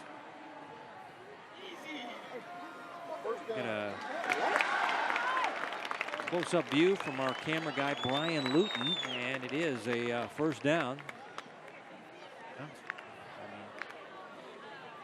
New set of downs now for the Huskies. First drive of the third quarter, nursing an 11-point lead. They were up 21-0 at one point. Looked like it was in cruise control, and then they started turning over the ball.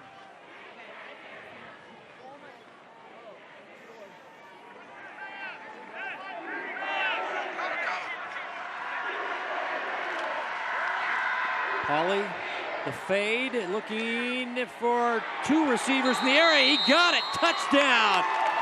Wernemont, in a lot of traffic, came away with it. How in the world did they fit that one in there? That's just concentration by Chase Wernemont. The blonde hair flowing out of his helmet. And, oh my goodness. I thought there was no way in the world this ball is going to be completed, and Pauly fit it in there. And Wernemont made it happen.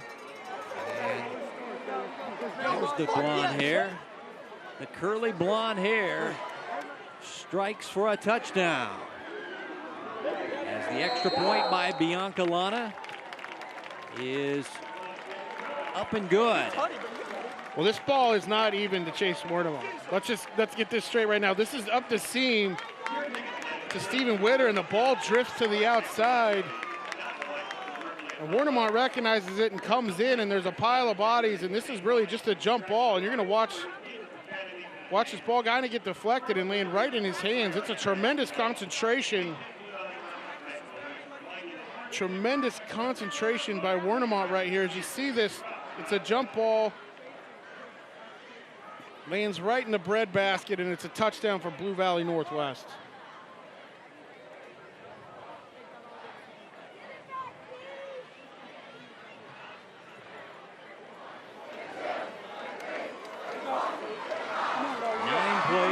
Yards, 28 yards to Chase Wernemont.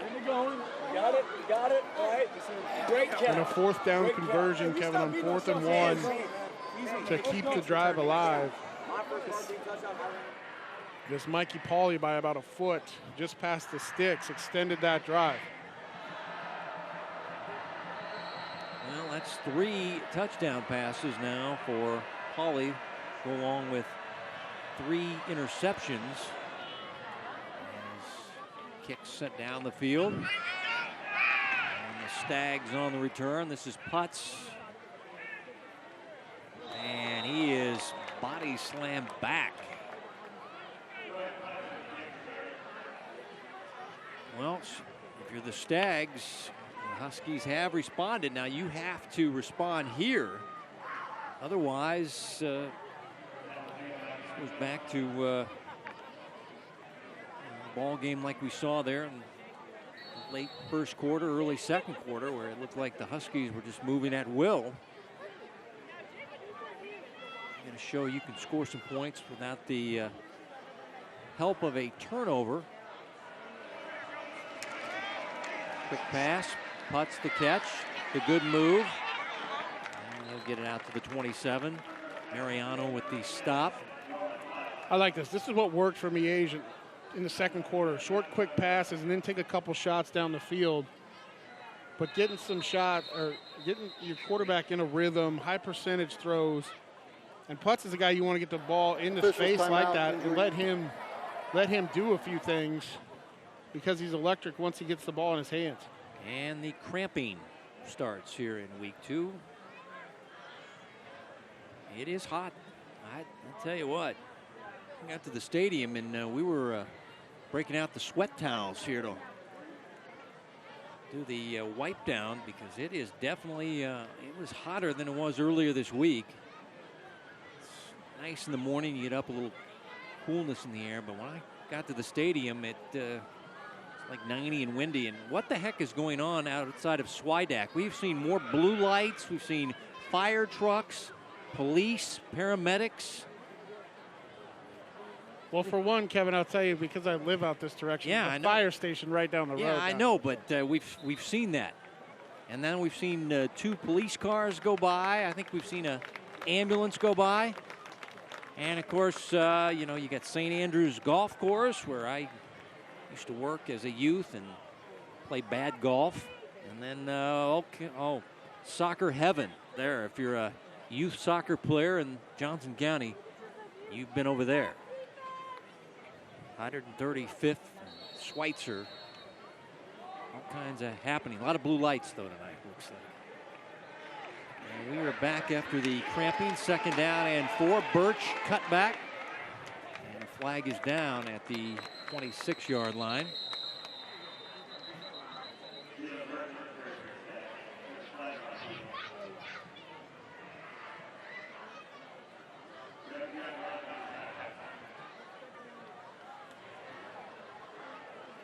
Holding penalty coming up on Miege.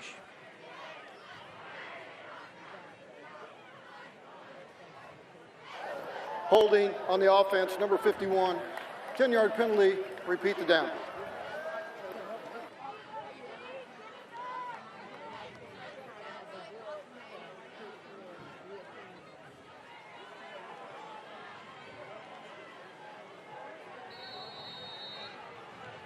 Well, the spot foul moves it all the way back to the 16, where it'll be 2nd down and 15. Stags working with Birch in the backfield. Armstrong will take off, and he's going down. Salmon got to be one of the defensive MVPs, or at least getting votes tonight. He has done a good job in the backfield, number 24, and He's cramping as well now. And he'll leave the field with the cramp situation. And he's frustrated.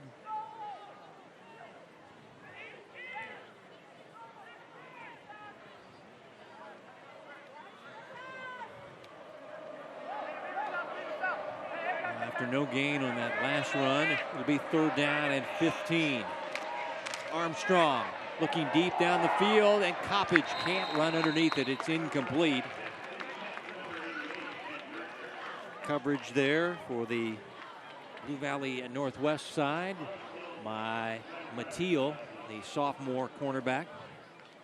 Well, cover 1 free. Everybody man-to-man and press coverage. The corner had his butt turned to the inside. Was pretty clear. It was one-on-one on the outside and just unable to connect. That's where the football needed to go. Just overthrown. Mariano deep back to return the punt of Dagan Jensen. They've been up and down tonight. This will be one on the downside, a little short end over end punt. Gets the nice turf roll inside the 30-yard line near the 38-yard line. Ends up being about a 50-yard punt with the roll. And back comes the Northwest offense after a nice 3rd quarter start with a long drive down the field. And they got a fortuitous touchdown catch, I would say, a little bit there with that pass to their wide receiver, Ornament. 1st and 10, play action. They're going middle. Pass is caught, and that is Max Muehlberger. 1st down catch to the 45-yard line. 17 quick yards over the middle to their go-to guy, Max Muehlberger. Just an RPO look, but this is a throw all the way, trying to suck the linebackers up and then throwing to Muehlberger behind the linebacking core. Max, another catch inside the 40. Once again, those D1 offers, Drake, NC State, and San Diego. Very good student here. Had 6 receiving touchdowns last year, but he's a kid that goes 6'4", 195. Is his future as a tight end on the next level? I see a lot of guys get bigger and become tight ends, or maybe he'll stay at wide receiver. It'll be 2nd down and 4. Inside Gibbs. Stubblefield for 3.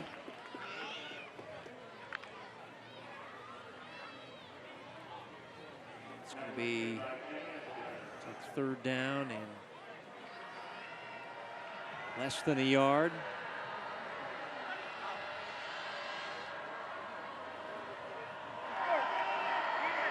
See the players looking to the bench area. Play being signaled in. And this will be Stubblefield for the first down.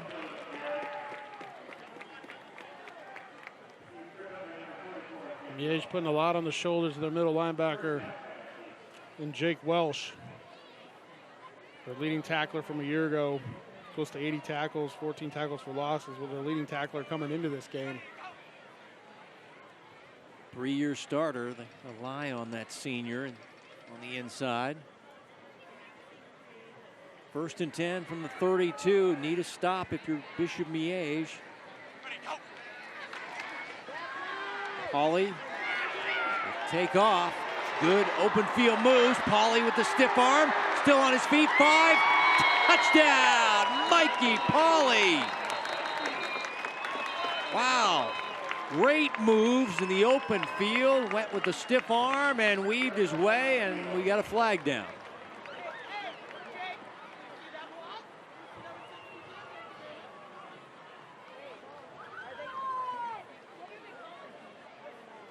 The reaction of Blue Valley Northwest, it makes it, they seem to think it's on them. During the play, illegal block in the back, number 7 on the offense. That's a 10-yard penalty, and it's first down. So wave off the Pauly touchdown run, but still the ball will be moved all the way down inside the 15-yard line. Witter for block in the back. Spotted at the 13-yard line, 1st and 10.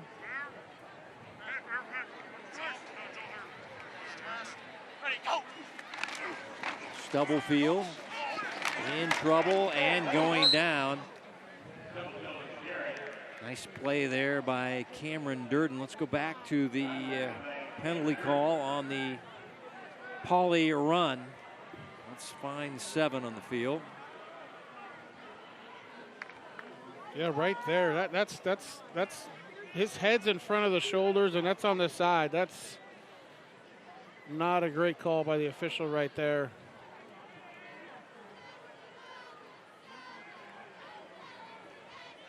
Second down and long. Pauly pumping, throwing, has his man. Catch made by Cusick, who's always open, he said. And he's down to the, they're spotting this near the 5-yard line as we've got a player cramping up. Oh, okay. Sadei is cramping up now. Trainer's out to take a look at him as Coach Holmes out there. And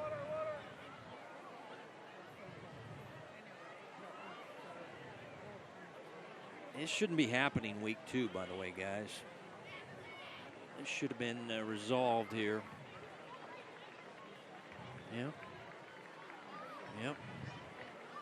Looks to be okay now, as Stewie, as they call him, will leave under his own power. But those are painful. Now everybody's drinking. Supposed to do that on Sunday, Monday, Tuesday, Wednesday, Thursday.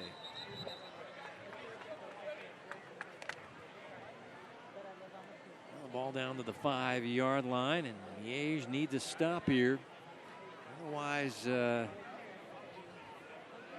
going back to that late first quarter, early second quarter action where the Huskies were in charge and kind of cruising before they started just handing out free passes. As here's Pauly going to run it up the middle, and he is in. Touchdown, 5 yards for Mikey Pauly. Now the penalty denied him the longer run. This time he cashes from 5 yards out, and the Huskies surging in the second half, now up 41-17. Well, Blue Valley Northwest now on 2 drives, kind of reasserting themselves here, Kevin, back to what they did in the first quarter of this game.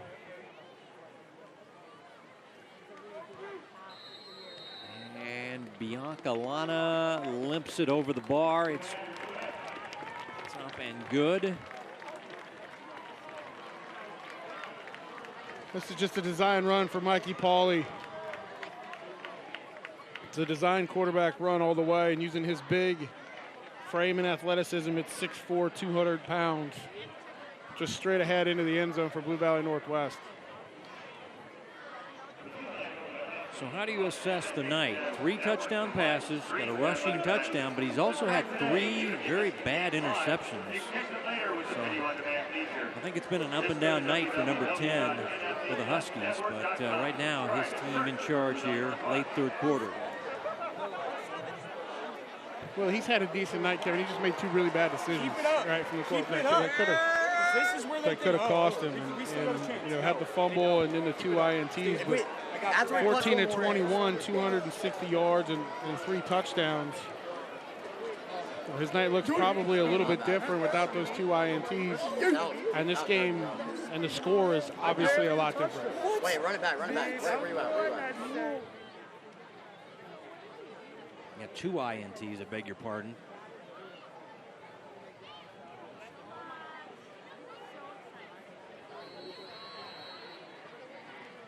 So the other 2 were fumbles.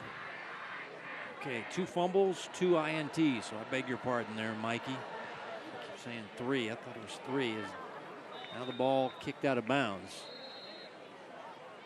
And this is the kind of things you don't do when you're leading 42 to 17 late in the third quarter. Is shank a kick after you've been kicking them great all night. It's like when you're up 21 to nothing, you don't start turning the ball over. Give the other team a chance to get back in the game. So they'll Illegal start kick at out the, of bounds. The ball will be spotted at the 35-yard line. Thank you, Mike Marshall. Take over on their 35-yard line.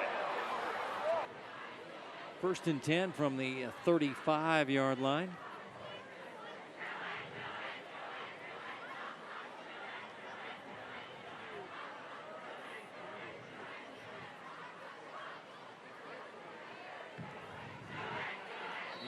Armstrong,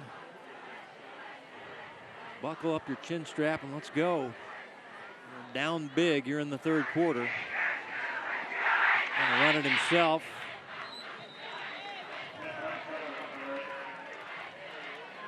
Tackle on the play as Kevin Moore.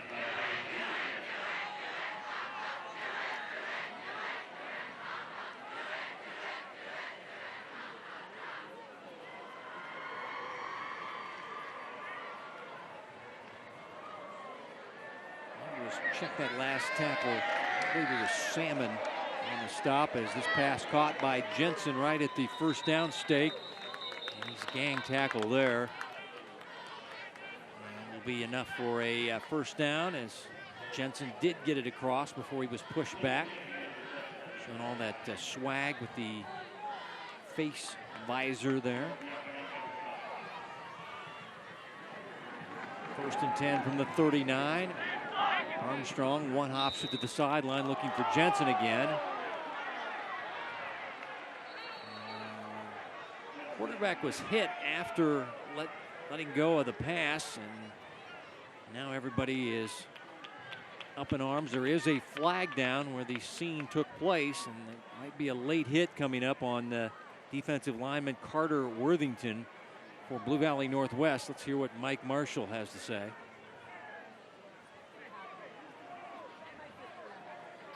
Personal foul on the defense, number 56. Automatic first down, 15-yard penalty. Let's see right here. I think it's on the initial piece. I thought it was just a nice hit, but I think it might have been something right afterwards after he drove him to the ground. Okay, 15 yards, moves it down inside the 40-yard line, down to the 38. And Prosperity, Blue Valley Northwest doesn't seem to enjoy. They kick the ball out of bounds. They get a 15-yard penalty. And Miege moving down the field. This is the connection on this drive. It's the tight end Jensen from Armstrong. Well, Miege obviously has to go tempo here, but running a lot of the same routes, little out routes inside, little hitch routes inside. Watch the outside wide receivers as the corners are starting to jump. That quick little outright to Jensen.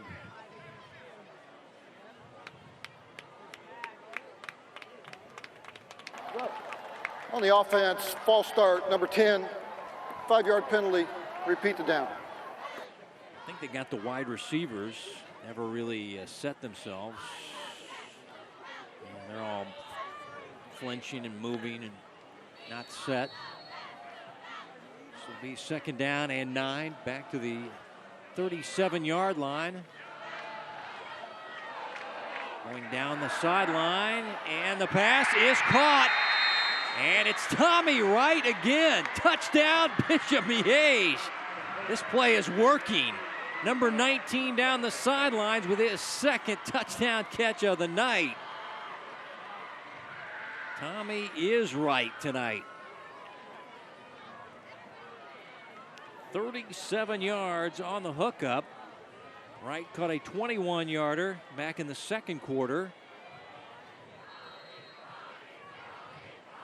And the fans chanting Tommy, Tommy. As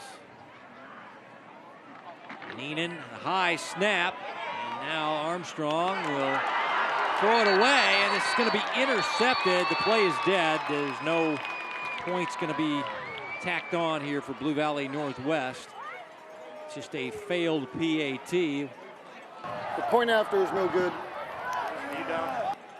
Well, Kevin, I just mentioned, keep your eye on the outside wide receivers. They're starting to jump the inside routes, and that's not exactly what happens here as the corner runs with them, but taking a shot down the sideline, and this is just dropped right in the bucket by Mac Armstrong. And, you know, talking with John Holmes before this game, talked about a little bit of the inexperience, right, of Mac Armstrong, but the upside of him and feeling like he's starting to settle in. And you can see right there why they love him as their starting quarterback, why he won the job.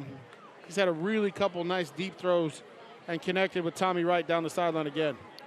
Will Hadley had the coverage, and I don't fault him any there. That was good cover. That was just a perfect throw. I mean, and good concentration by Wright, but he's shown a propensity on the sideline catches really to stay on it and make some great catches. So they play both ends. Take a look at the Miege sidelines as they stem the tide a little bit with some points. Missed the PAT as Rocky intercepted it, but play was blown dead.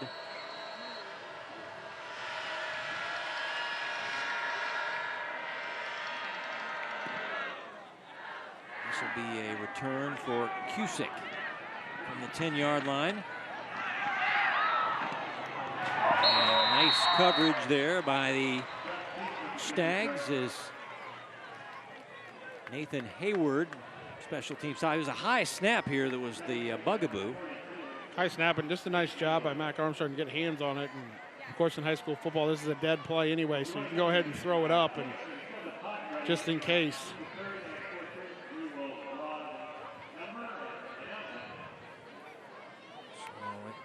So spot at the football at the 20-yard line after the Cusick return. Pauly in the offense back out. They've been very strong in the second half. Pauly back to throw on first down. Good ball fake. Got Lonnie Reed up in the air. And now Pauly will take off. As he's taken down just shy of the 30-yard line. As Lonnie Reed kind of bit on the fake there as you take a look at the Stubblefield's night. A couple of rushing touchdowns.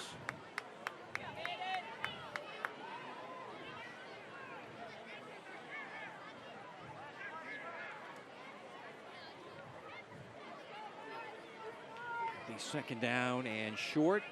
Under a minute to play in your third quarter. And now see if Northwest with the lead going to want to manage the clock. Keep the clock moving. Trying to go to 2-0 on the year. Stubblefield. Enough for the first down as he's whipped around the waist and kind of thrown forward, but able to get the necessary yardage for the first down. The one thing that Miege has improved on here in the second half, I think, at least in the running game, is the play of their front four. Yeah, guys up front. Walls made really a nice right stop at the there. point of attack, and there hasn't been as much room in those first couple of yards here on these drives in the second half for Blue Valley Northwest. They've really got a lot more stout inside. New set of downs from the 31. Play action. Welsh flushing the quarterback, finding Witter, and as his nickname goes, Mr. Yak, he does it again across midfield before he's finally hauled down. Wow, this guy in space is just a terror to tackle. Stephen Witter. Witter is extremely quick. We've seen it all night tonight, but the one place That is the end of the third quarter. has continued to struggle a little bit is tackling in space in the secondary. 19 yards, our final play of the third quarter. Stephen Witter, who has a touchdown catch in the ball game. Great catch and run. And end of 3, 42-23. Northwest leads it.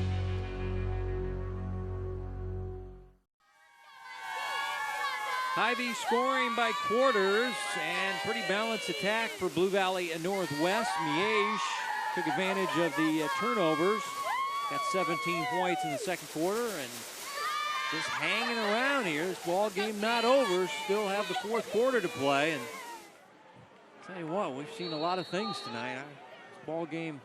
This game is not in the books. This game is far from over based on how it's gone tonight so far. Hawley throwing down the field to Muehlberger, and wow, right, the over-the-shoulder catch makes it look so easy inside the 30, and he's cramping up.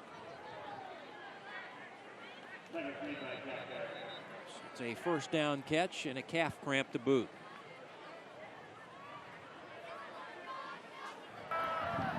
Timeout for injured player. Officials timeout.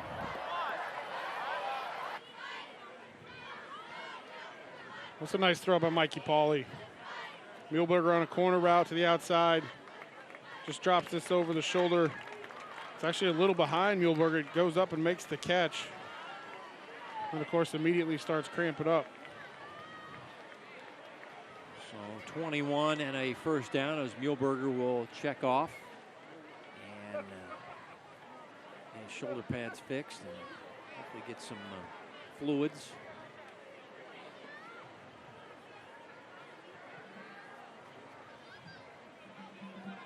From the 29, first and 10. Quick pass, and it is dropped by Cusick, who was open again. It's like he predicted in the first half. But this time he couldn't hold on. Well, Northwest has had some success all night long on these little passes, Kevin, right behind the seams of the linebacking core and defensive backs, right about 7 yards in that slot area.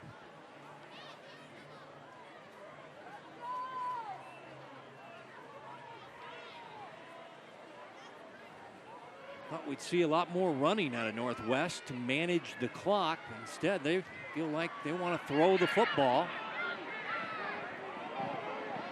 And this one low and incomplete. Flag is down. And looks like we might have a defensive pass interference coming up. As they were throwing to the sideline area.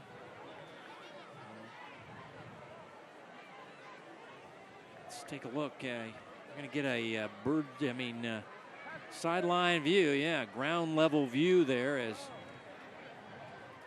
we're going to get Jimmy Welsh, the excellent golfer at Miege, with a PI, I think.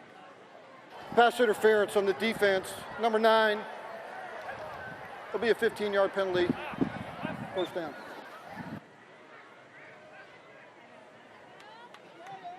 So it is a first down. And they'll move it inside the 15 near the 14-yard line. The penalty flags not going to be a good point in the film room tomorrow for Miege. They have got a lot of flags tonight. There you see the double figures calls on Bishop Miege.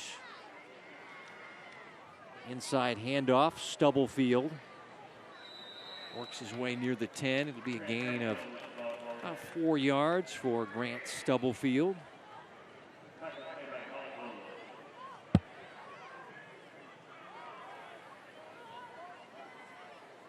Player has to leave. They lost his helmet there. Running off is Kai Nelson, one of the super sophomores. Miege, a younger team, but they got a huge sophomore class, and he's one of those guys. They got like 35, 36 seniors, or sophomores, I beg your pardon. Yeah, they had to replace 14 starters, right, coming into this season from last year. So a lot of young players getting an opportunity. Yeah, a lot of good sophomores. Pass to the outside, caught by Muehlberger, who's right back in the game. Boy, he's got some sure hands. And it'll be first and goal from near the 3, make it the 2-yard line for the Huskies. Max Muehlberger. And looks like no huddle, and they're just going to go up and line up and run it. And Welsh says, I don't think so, as he blows up the Husky running back in the backfield, Jake Welsh, senior Mike linebacker for Miege. People might remember his last name too. His brother was a tremendous linebacker for them for quite a few years as well. Just a hard-nosed player, as you mentioned, Kevin, 3-year starter. The heart and soul of their defense.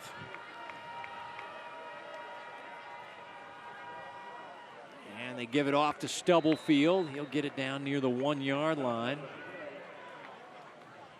Stubblefield has a couple of rushing touchdowns, not 100 yards, had over 100 last week. Nearly had 200 in their week 1 win against the Blue Valley Tigers. Went for 196 and 3 touchdowns. Now on 3rd down and goal.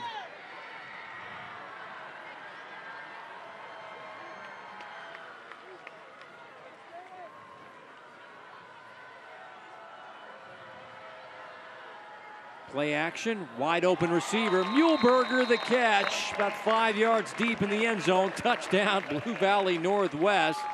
You got to cover number 2. He's probably their top wide receiver at 6'4", $195, and Muehlberger with his first touchdown catch of 21. It's a 1-yard TD reception, and Pauly and him able to hook up.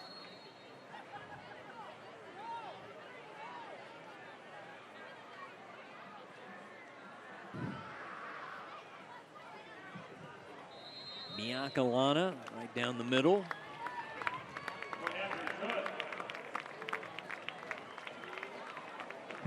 Muehlberger was lined up tight in the slot over here and just threw in a quick little out. They took, again, advantage of the play action to get him his first touchdown catch of the year.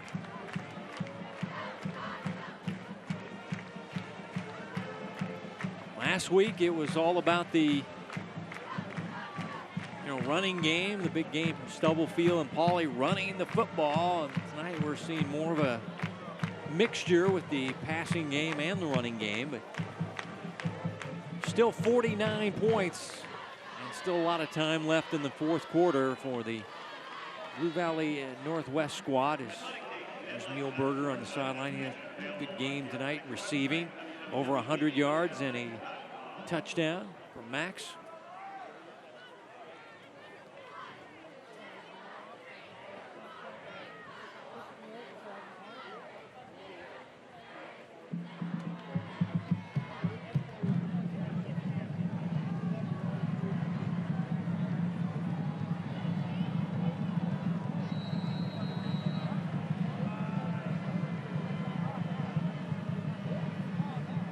Butts awaiting the kick. And this one will get into the end zone for the touchback. Birch cannot run it out. 1st and 10 from the 20-yard line.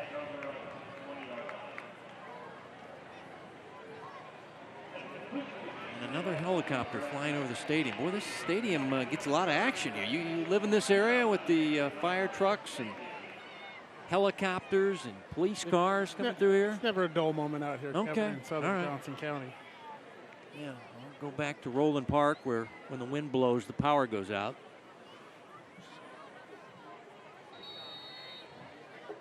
And here comes Armstrong back on the field.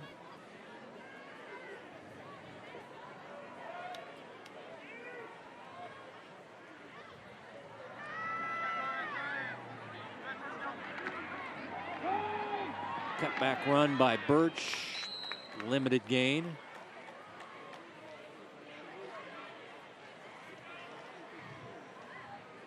Stop on the play by Bianca Lana.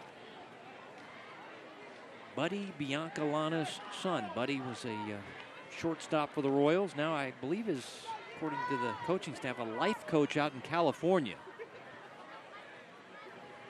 It's just a fun name to say, Bianca Lana.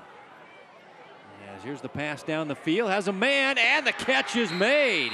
In stride to Christian Bowen Webb. How do you do?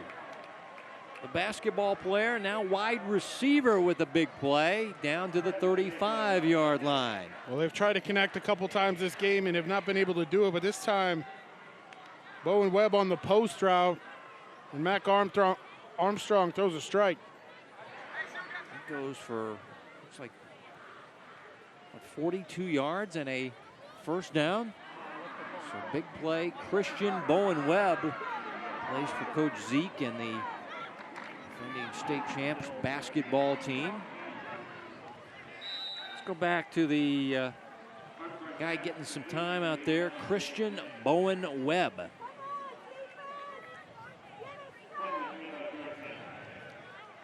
That's just a good throw by Armstrong, as he fit it nicely into the wide receiver. Stick your arms out and make a catch. Second down and short. Like a broken play, and Armstrong will make the best of it. And he will run for the first down. These are the types of play, Kevin, you mentioned broken play, right? But John Holmes may watch the film of this and go, hey, this is a nice little quarterback counter here we didn't think about. We missed the handoff. Oh, hold on, let's get a quarterback follow into this. This is a little wrinkle that could come into the offense later on the season. Sometimes those types of plays, all of a sudden, you look at it as an offensive coordinator and say, hey, we might want to actually just design this way. Well, they did achieve the first down. First and 10. Birch, the cutback. Here's the speed, folks. Touchdown, Bishop Miege. And he will score from 24, and this guy gets to the second level. Forget about it. He's the 4A 100-meter track champion. The burst is there, and he breaks it for his first rushing touchdown of the night. Well, I don't want to say finally saw the burst of Jalen Birch on this play, but it was a tremendous cut, and they finally got him outside on the edge in some space where he can let his athletic ability take over.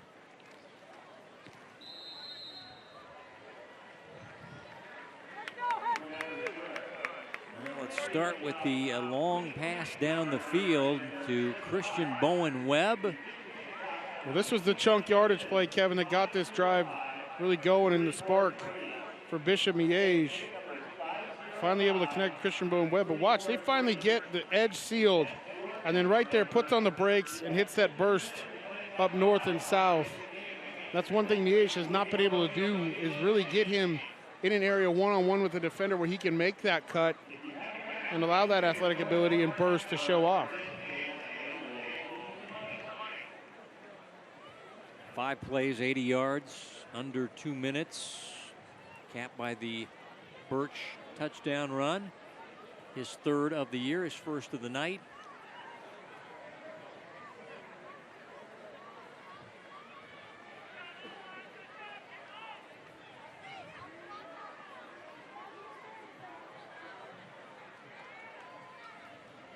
High-scoring EKL game. Week 2 of the Kansas high school football season.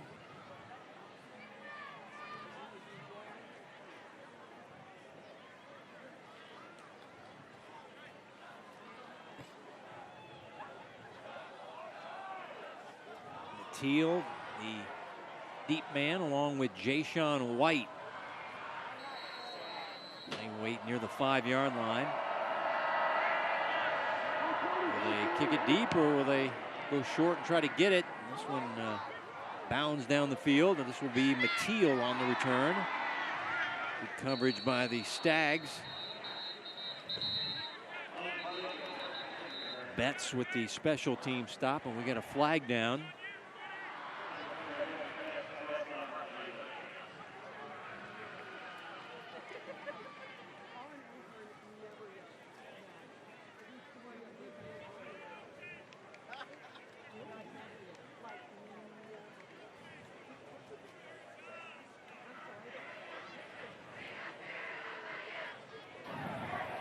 During the run, illegal block below the waist.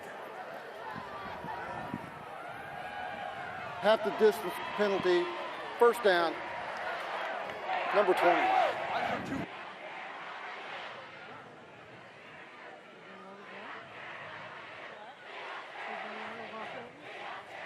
They called number 20 at the last moment. I don't know if the player was falling or actually intentionally did that. Huskies take over deep in their own territory from the 12-yard line. Let's see if they start snapping the ball with single digits on the play clock. It's the little edges. No, they don't this time, and they continue to throw. And this will be a catch and run by Stephen Witter. Clock continues to run. You want to close out the game, Mark, if your team with the lead here. There's still plenty of time on the clock if you're Bishop Miege, so you got to be deliberate if you're Blue Valley Northwest. You know, use some clock here. Keep the ball in bounds. And try to shorten this thing. And Welsh comes in and sacks Mikey Pauley. Well, that's just what the doctor ordered. You're looking for a Stags comeback. Now it's going to be third down and long, and Pauley just holds on too long. Great coverage by the Stags in the secondary, and Welsh jumps on the back of the quarterback, recording the sack. Well, they like to use Jake Welsh on a little bit of a delayed blitz, depending on what the running back does, and right there, able to come in completely free for the sack. And they'll swing it to the outside, and Stubblefield the catch. Gets some of the yardage back, but out to the 16-yard line. It'll be fourth down and punting time now. Miege is going to take a timeout here, which is wise. Timeout on the field. Bishop Miege. That's their first. Now we got a second. I want to say a special. We talk about the likes of a Tim Grunhard and Mike Galvin over there as one of the coaches there, longtime coaches. Steve Keister, 24 years. All these guys, these longtime assistants on both these staffs. On the other sideline, you got John Reichert and Tenny Dewey. Used to coach at Miege. There's Coach Grunhard and won a state championship in '09. But these longtime coaches that get all the glory, and they're obviously not doing it for the pay, but Coach Ryder says having veteran coaches like Coach Reichert and Coach Tenny Dewey, who's one of the top offensive line coaches in the city. I know everybody, Timmy Grunhard right there with him, but nobody seems to mention Coach Dewey. And he does a heck of a job. I want to mention him. He's the former head coach here. And the punting unit out.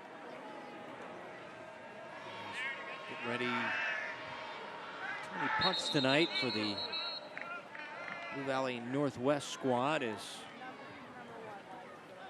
going to be Yates, who's also their safety man, as the punter. False start, number 16 on the offense, 5-yard penalty. Still fourth down. Well, the punt team getting a little antsy, expecting Miege to come after this kick here. Now backed up inside his own end zone is Yates. Just quickly gets it out of there. Stags will return from the 49-yard line. Good return by Putz as he's get about 10 yards on the return in the short field now. They're going to spot it near the 36-yard line. Colin, go! Colin, go! Miege going to have the hurry-up offense.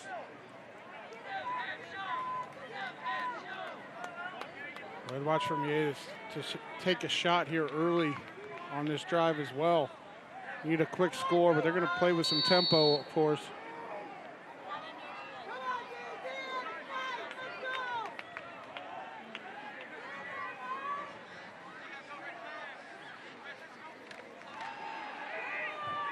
Man open down the field, and the pass is broken up, incomplete. As they were looking for the tight end, Jensen, who tried to go up and over the defender and make the catch, and was unsuccessful. Good attempt, though, by Dagan Jensen.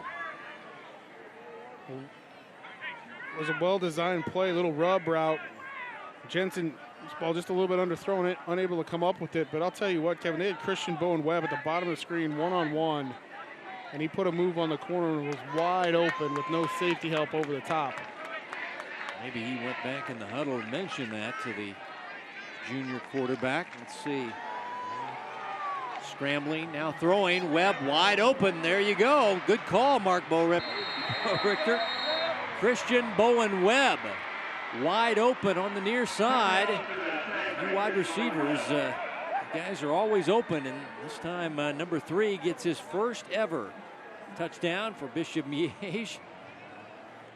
And goes for 37 yards after a missed PAT. It looks like they're going to go for a 2-point conversion. They had the bad snap.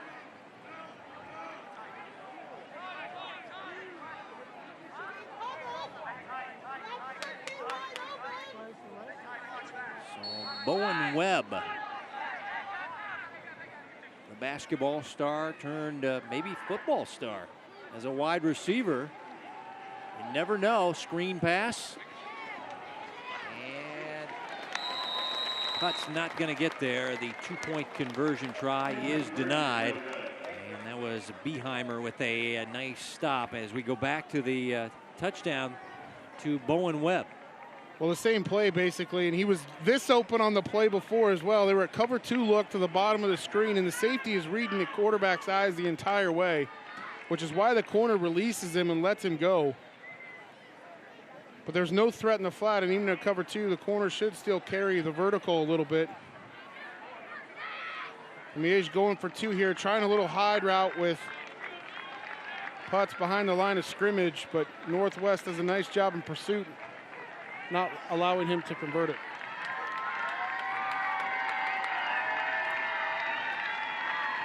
Well, there's a fired up CBW on the sidelines. Had the long catch and now the touchdown. And you know, sometimes you think your sport's one thing and you get out and do something else. You find out maybe you're better at another thing. I'll tell you what, pretty good as a wide receiver. You can never have too many athletes on the field, right? Well, from a standpoint and trying to get him to come out for football, and eventually he did. And you know, you've got all the rules in terms of the amount of practices each player has to practice before they can actually play in a game. And he got his practices in and got in. Now he's out. Got in week 2.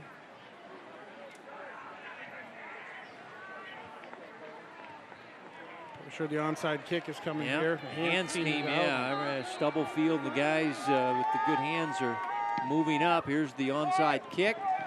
And it is Sebastian Mariano. Seabass. From the Dumb and Dumber movies.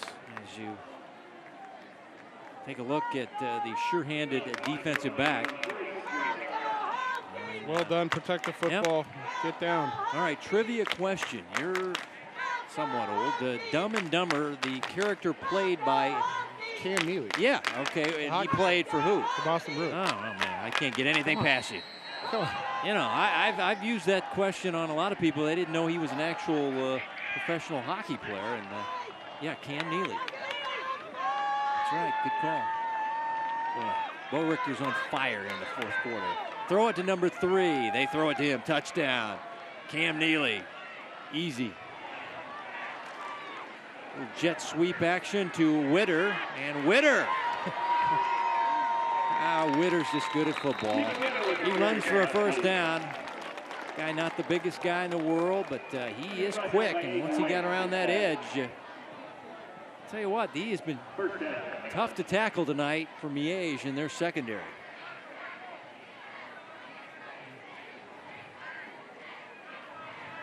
Let's see, they spin him. Does his knee ever go down? He's on top. Right in the backside. Yeah, now his head went down, so the helmet went down. That's when it was blown dead.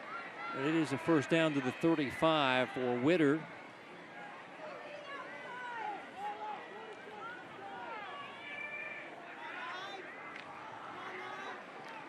Stubblefield on the inside give. Trying to make Miege burn their timeouts. Still have 2 left.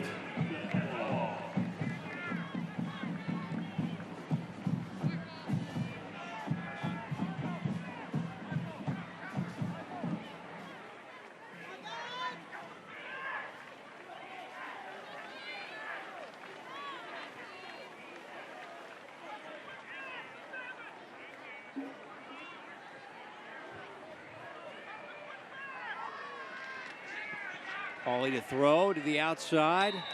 Flag is down. Catch is made by Muehlberger.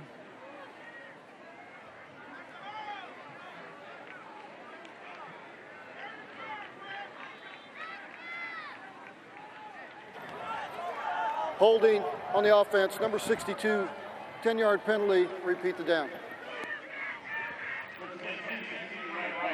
They're going to go right tackle here. Gets a bear hug and then the takedown, complete takedown pretty much. It's definitely a hold by the right tackle. So move it way back near midfield and make it 2nd and 22 on that spot action holding penalty. This is a costly holding penalty. Pauly to throw. Caught by Cusick, and he's taken down. Well, never really taken down. He was just grabbed by Delonzo Bagley.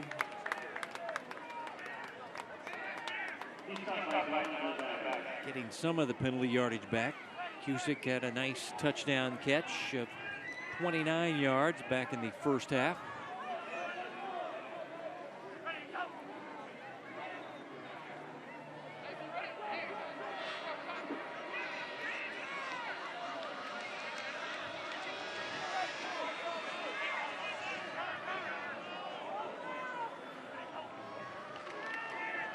Third down and long, pass over the middle, incomplete.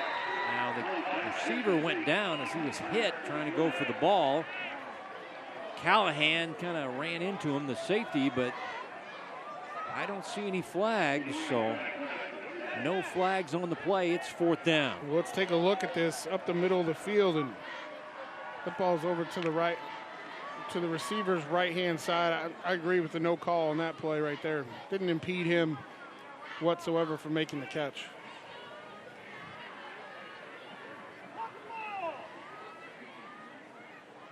Callahan has an interception tonight. Aiden Wing, an interception. So each safety for the Stags with an interception. They'll go for it on 4th and 16. And we get a Northwest timeout. Timeout, Blue Valley Northwest. That's their 2nd.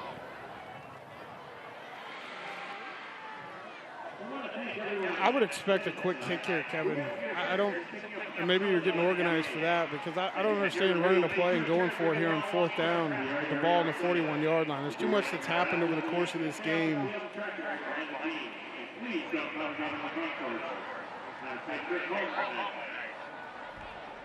Coming up next week on the Missouri side, we're in Lee's Summit.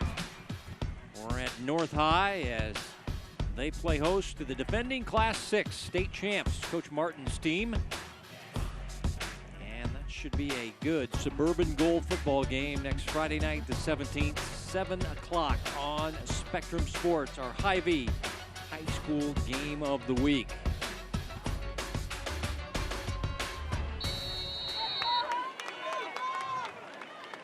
On 4th down, they will do the pooch punt, and This one is too strong. It'll go in for a touchback. So Miege with 2 timeouts, down by 13, still with 3:05 to go. The door is still cracked open for Coach Holmes. know how that wasn't pass interference. You're going to need to score quickly and get an onside kick and score again. We got plenty of time left. We got 2 timeouts, Kevin, as you mentioned. And you get a couple big chunk yardage plays here, and all of a sudden it's a 1-possession game.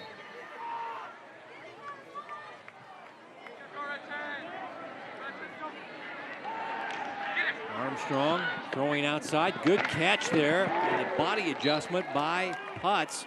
He whips the ball to the official to quickly spot it so they can line up and run another play.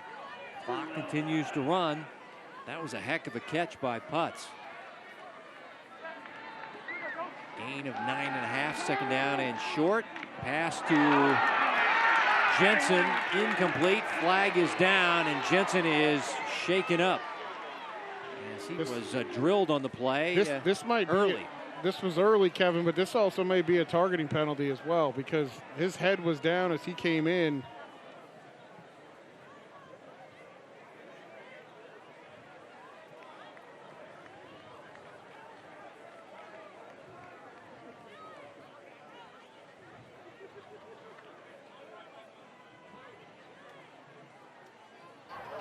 There's no flag on the play. The ball was tipped at the line of scrimmage. It is an incomplete pass. Timeout. Officials, injury. Injury timeout. So they say the ball was tipped.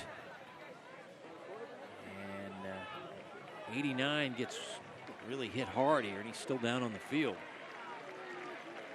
I don't see a tip. Did you see a tip? It's a very subtle tip. Let's see. Right here, I think. But I take back the targeting piece. He came in with his head, but it's a shoulder shot right to the ribs. You know, that is a legal hit. All right. You may argue a little bit of a defenseless receiver, but that's a legal hit. The ball doesn't really change. I don't see the change, but yeah. And it looks a little more timed up right there, too, as we watch it in slow motion than what it was in real time. Mariano, the big hit on the tight end for the Stags. 3rd down and short. Pass knocked away. That is Kaufman. He nearly turned it into an interception on the rebound. An outside linebacker just got up and knocked this ball up in the air and nearly went and got the rebound. Well, this is a nice play by him because, you know, if you're not going to get to the quarterback, you read the quarterback's eyes. If he's set, and you get your hands up in the throwing lane, and he was able to do that. Just trying to get the 1st down with Birch, and he does on 2nd effort. Mateel the stop. He'll stop the clock to move the chains. And the pads are popping here late in this EKL game.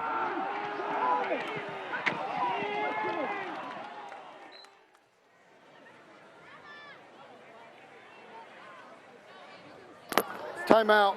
Officials timeout for injury. Player is down behind the play. One of the offensive linemen is shaken up. Looks like Montoya, the center.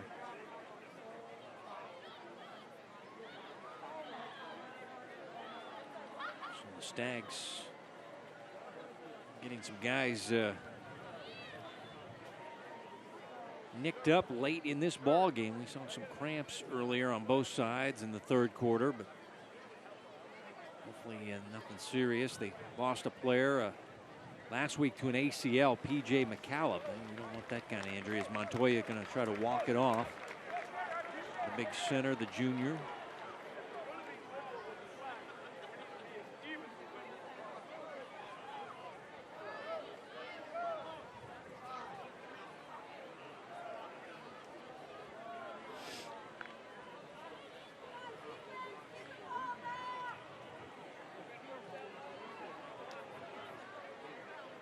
Birch did get the 1st down, so it'll be 1st down and 10 at the 33-yard line. 2.5 to go. For the injury timeout. Stags in hurry-up mode. Now the quarterback flush throwing, and the diving catch, or sliding catch, is made there by the Stags wide receiver.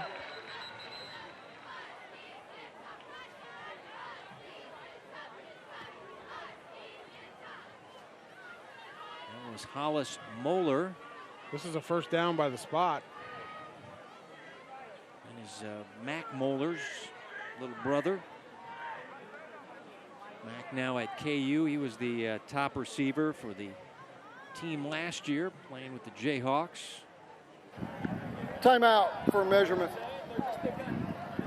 And we'll have a measurement. So I think that's the first catch for Mac's little brother, Hollis.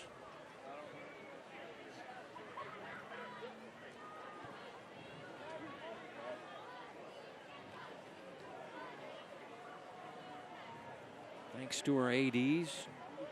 Joe Shamp, the new AD, former assistant principal there at Miege. Also John Hilton. John before the game. Gave me all the new names for the new stadiums now. We got Antdac at Blue Valley West, Lambdac at Blue Valley, and this is now Swidac. Boy, some cool names for the Blue Valley stadiums now with the streets thrown in. But the Blue Valley West Stadium is good to go. After the measurement, 1st and 10 from the 43. Throw to the outside. And it's caught. Good game tonight for Tommy Wright. Towards another catch.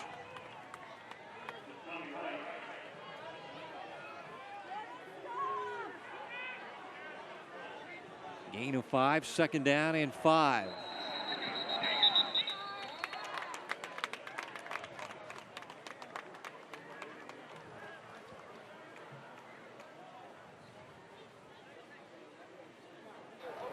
False start on the offense. 5-yard penalty. Repeat the down. This is on Bowen Webb on the outside. And I think this is just a little inexperience, Kevin, to be honest with you. You're in this situation in the game, you're trying to run hurry-up offense. You just got to get out and get set. Can't be moving around, adjusting your stance. Just get there and get set. He's excited to get another touchdown catch. His first tonight. 2nd down and 10. Quarterback in trouble. Showing good movements in the pocket and will run and get the first down. What a nice play by Armstrong. He avoids the sack and gets down the field and collects the first down. And some talking afterwards is right there. You have the quarterback, he gets away, and the other thing here, gets out of bounds as well. And Bianca Lana just goes back to the huddle. And Armstrong wanted to let him know what a great rush that was by the quarterback. His teammates were shoving him back out there as you're down by 13 with just over a minute left. Quick pass to the sideline is caught. That is Putz with the catch. And he'll get it to the 34, gets 7 yards. 2nd down and 3. Remember, we have forgotten that Miege has kind of owned Blue Valley Northwest. This is going to be a sweet victory. 2012, the last time Blue Valley Northwest has beaten the Stags, so it's going to mean a lot to Blue Valley Northwest tonight. It's kind of an up and down game when you have 4 turnovers and Timeout. Bishop Miege. DVW students, we remind you both teams with a bushel full of penalties tonight. But,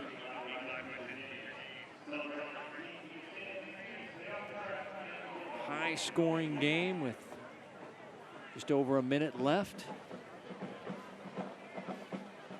You ready for the Chiefs season opener this weekend there? I think so. I think everybody's former ready. Chief? I think everybody's ready. right. It'll be a packed full house, full capacity again this year at Arrowhead. And exciting times ahead, and I think it's an exciting matchup too. When you look at rematch of the playoffs from a year ago and an up-and-coming team that in Cleveland. Well, yeah, I think it should be a lot of fun this Sunday at Arrowhead.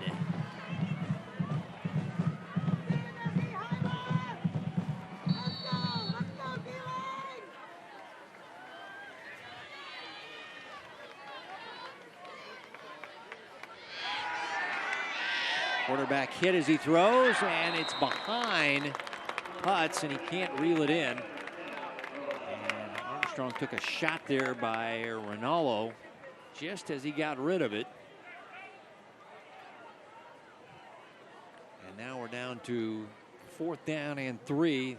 This could be your ball game for Stags. Tell you what, if Rowan Putz pulls that ball and he's got a little bit of space to run, but just unable to do it. Fans looking for the stop on 4th down. They're not going to get it. The catch is made by Tommy Wright. He's gang tackled down inside the 25-yard line. And the clock will stop for the movement of the chains.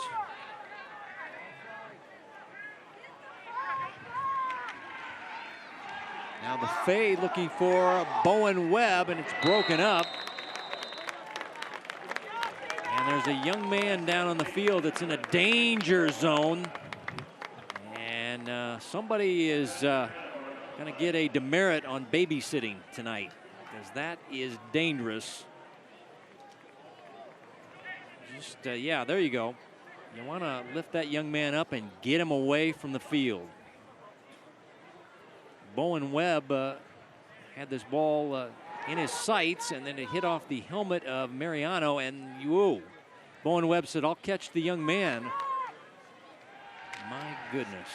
We've seen it all tonight. Pass over the middle, and it's caught down at the 5-yard line by Dagan Jensen. Good to see him back after that hard shot he took.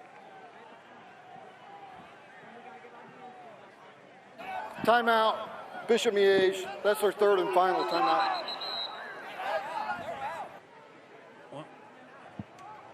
If you were looking for points tonight, you came to the right place. This game has had its share of scoring tonight.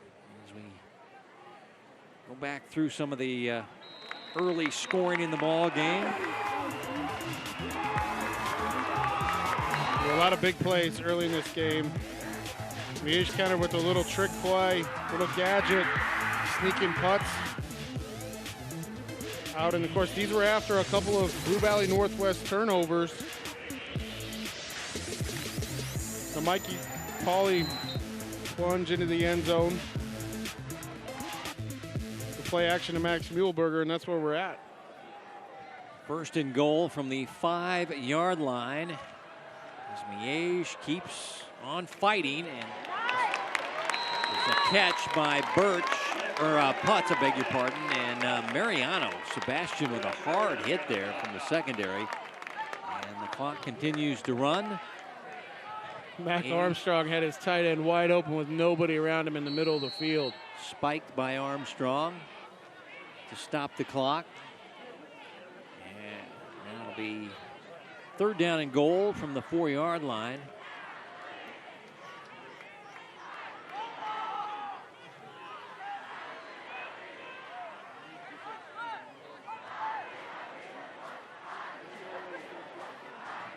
Fans starting the "I believe that we will win" chant on the northwest side.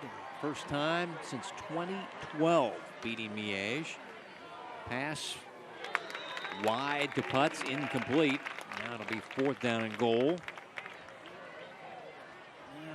You got a feel for Blue Valley Northwest. They've had a number of down years. Got a new young coach in his 5th year. They struggle with, and go 2-0 and stay in the top 5 of the 6A rankings. And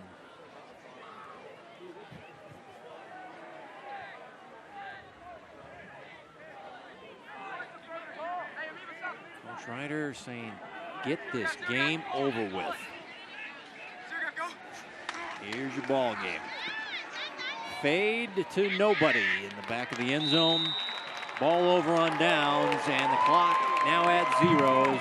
And for the first time since 2012, Blue Valley Northwest will beat Bishop Miege and go to 2-0. And Miege drops to 0-2 on the 2021 season. Back with the Hy-Vee postgame on the Hy-Vee High School Game of the Week.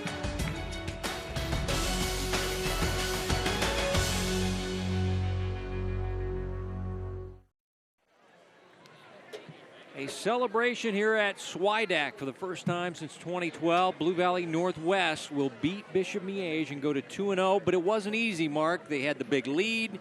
They had the turnover outburst and got Miege back in it, but hey, they closed the deal in the second half in a high-scoring, pass-laden football game with a bushel full of flags thrown in there as well, but they get the job done nonetheless. Well, they did get the job done, and this game became a lot more exciting probably than Blue Valley Northwest would have liked it to be.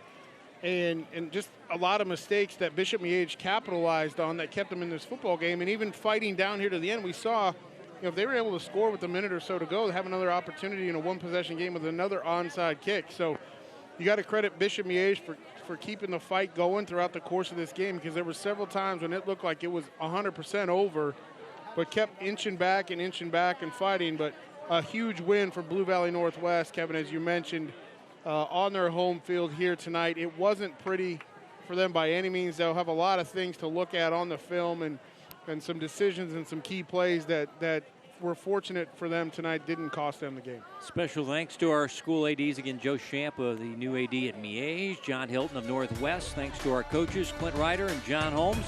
Our producer, Joe Novacek, for Mark Borichter and our entire Spectrum Sports broadcasting crew. Kevin White saying so long from Swidak. Our final in a shootout. Blue Valley Northwest goes to 2-0 as they win it 49-36 over Bishop Miege. And Miege will drop to 0-2 on the year as we say goodnight from Overland Park and say, go Chiefs.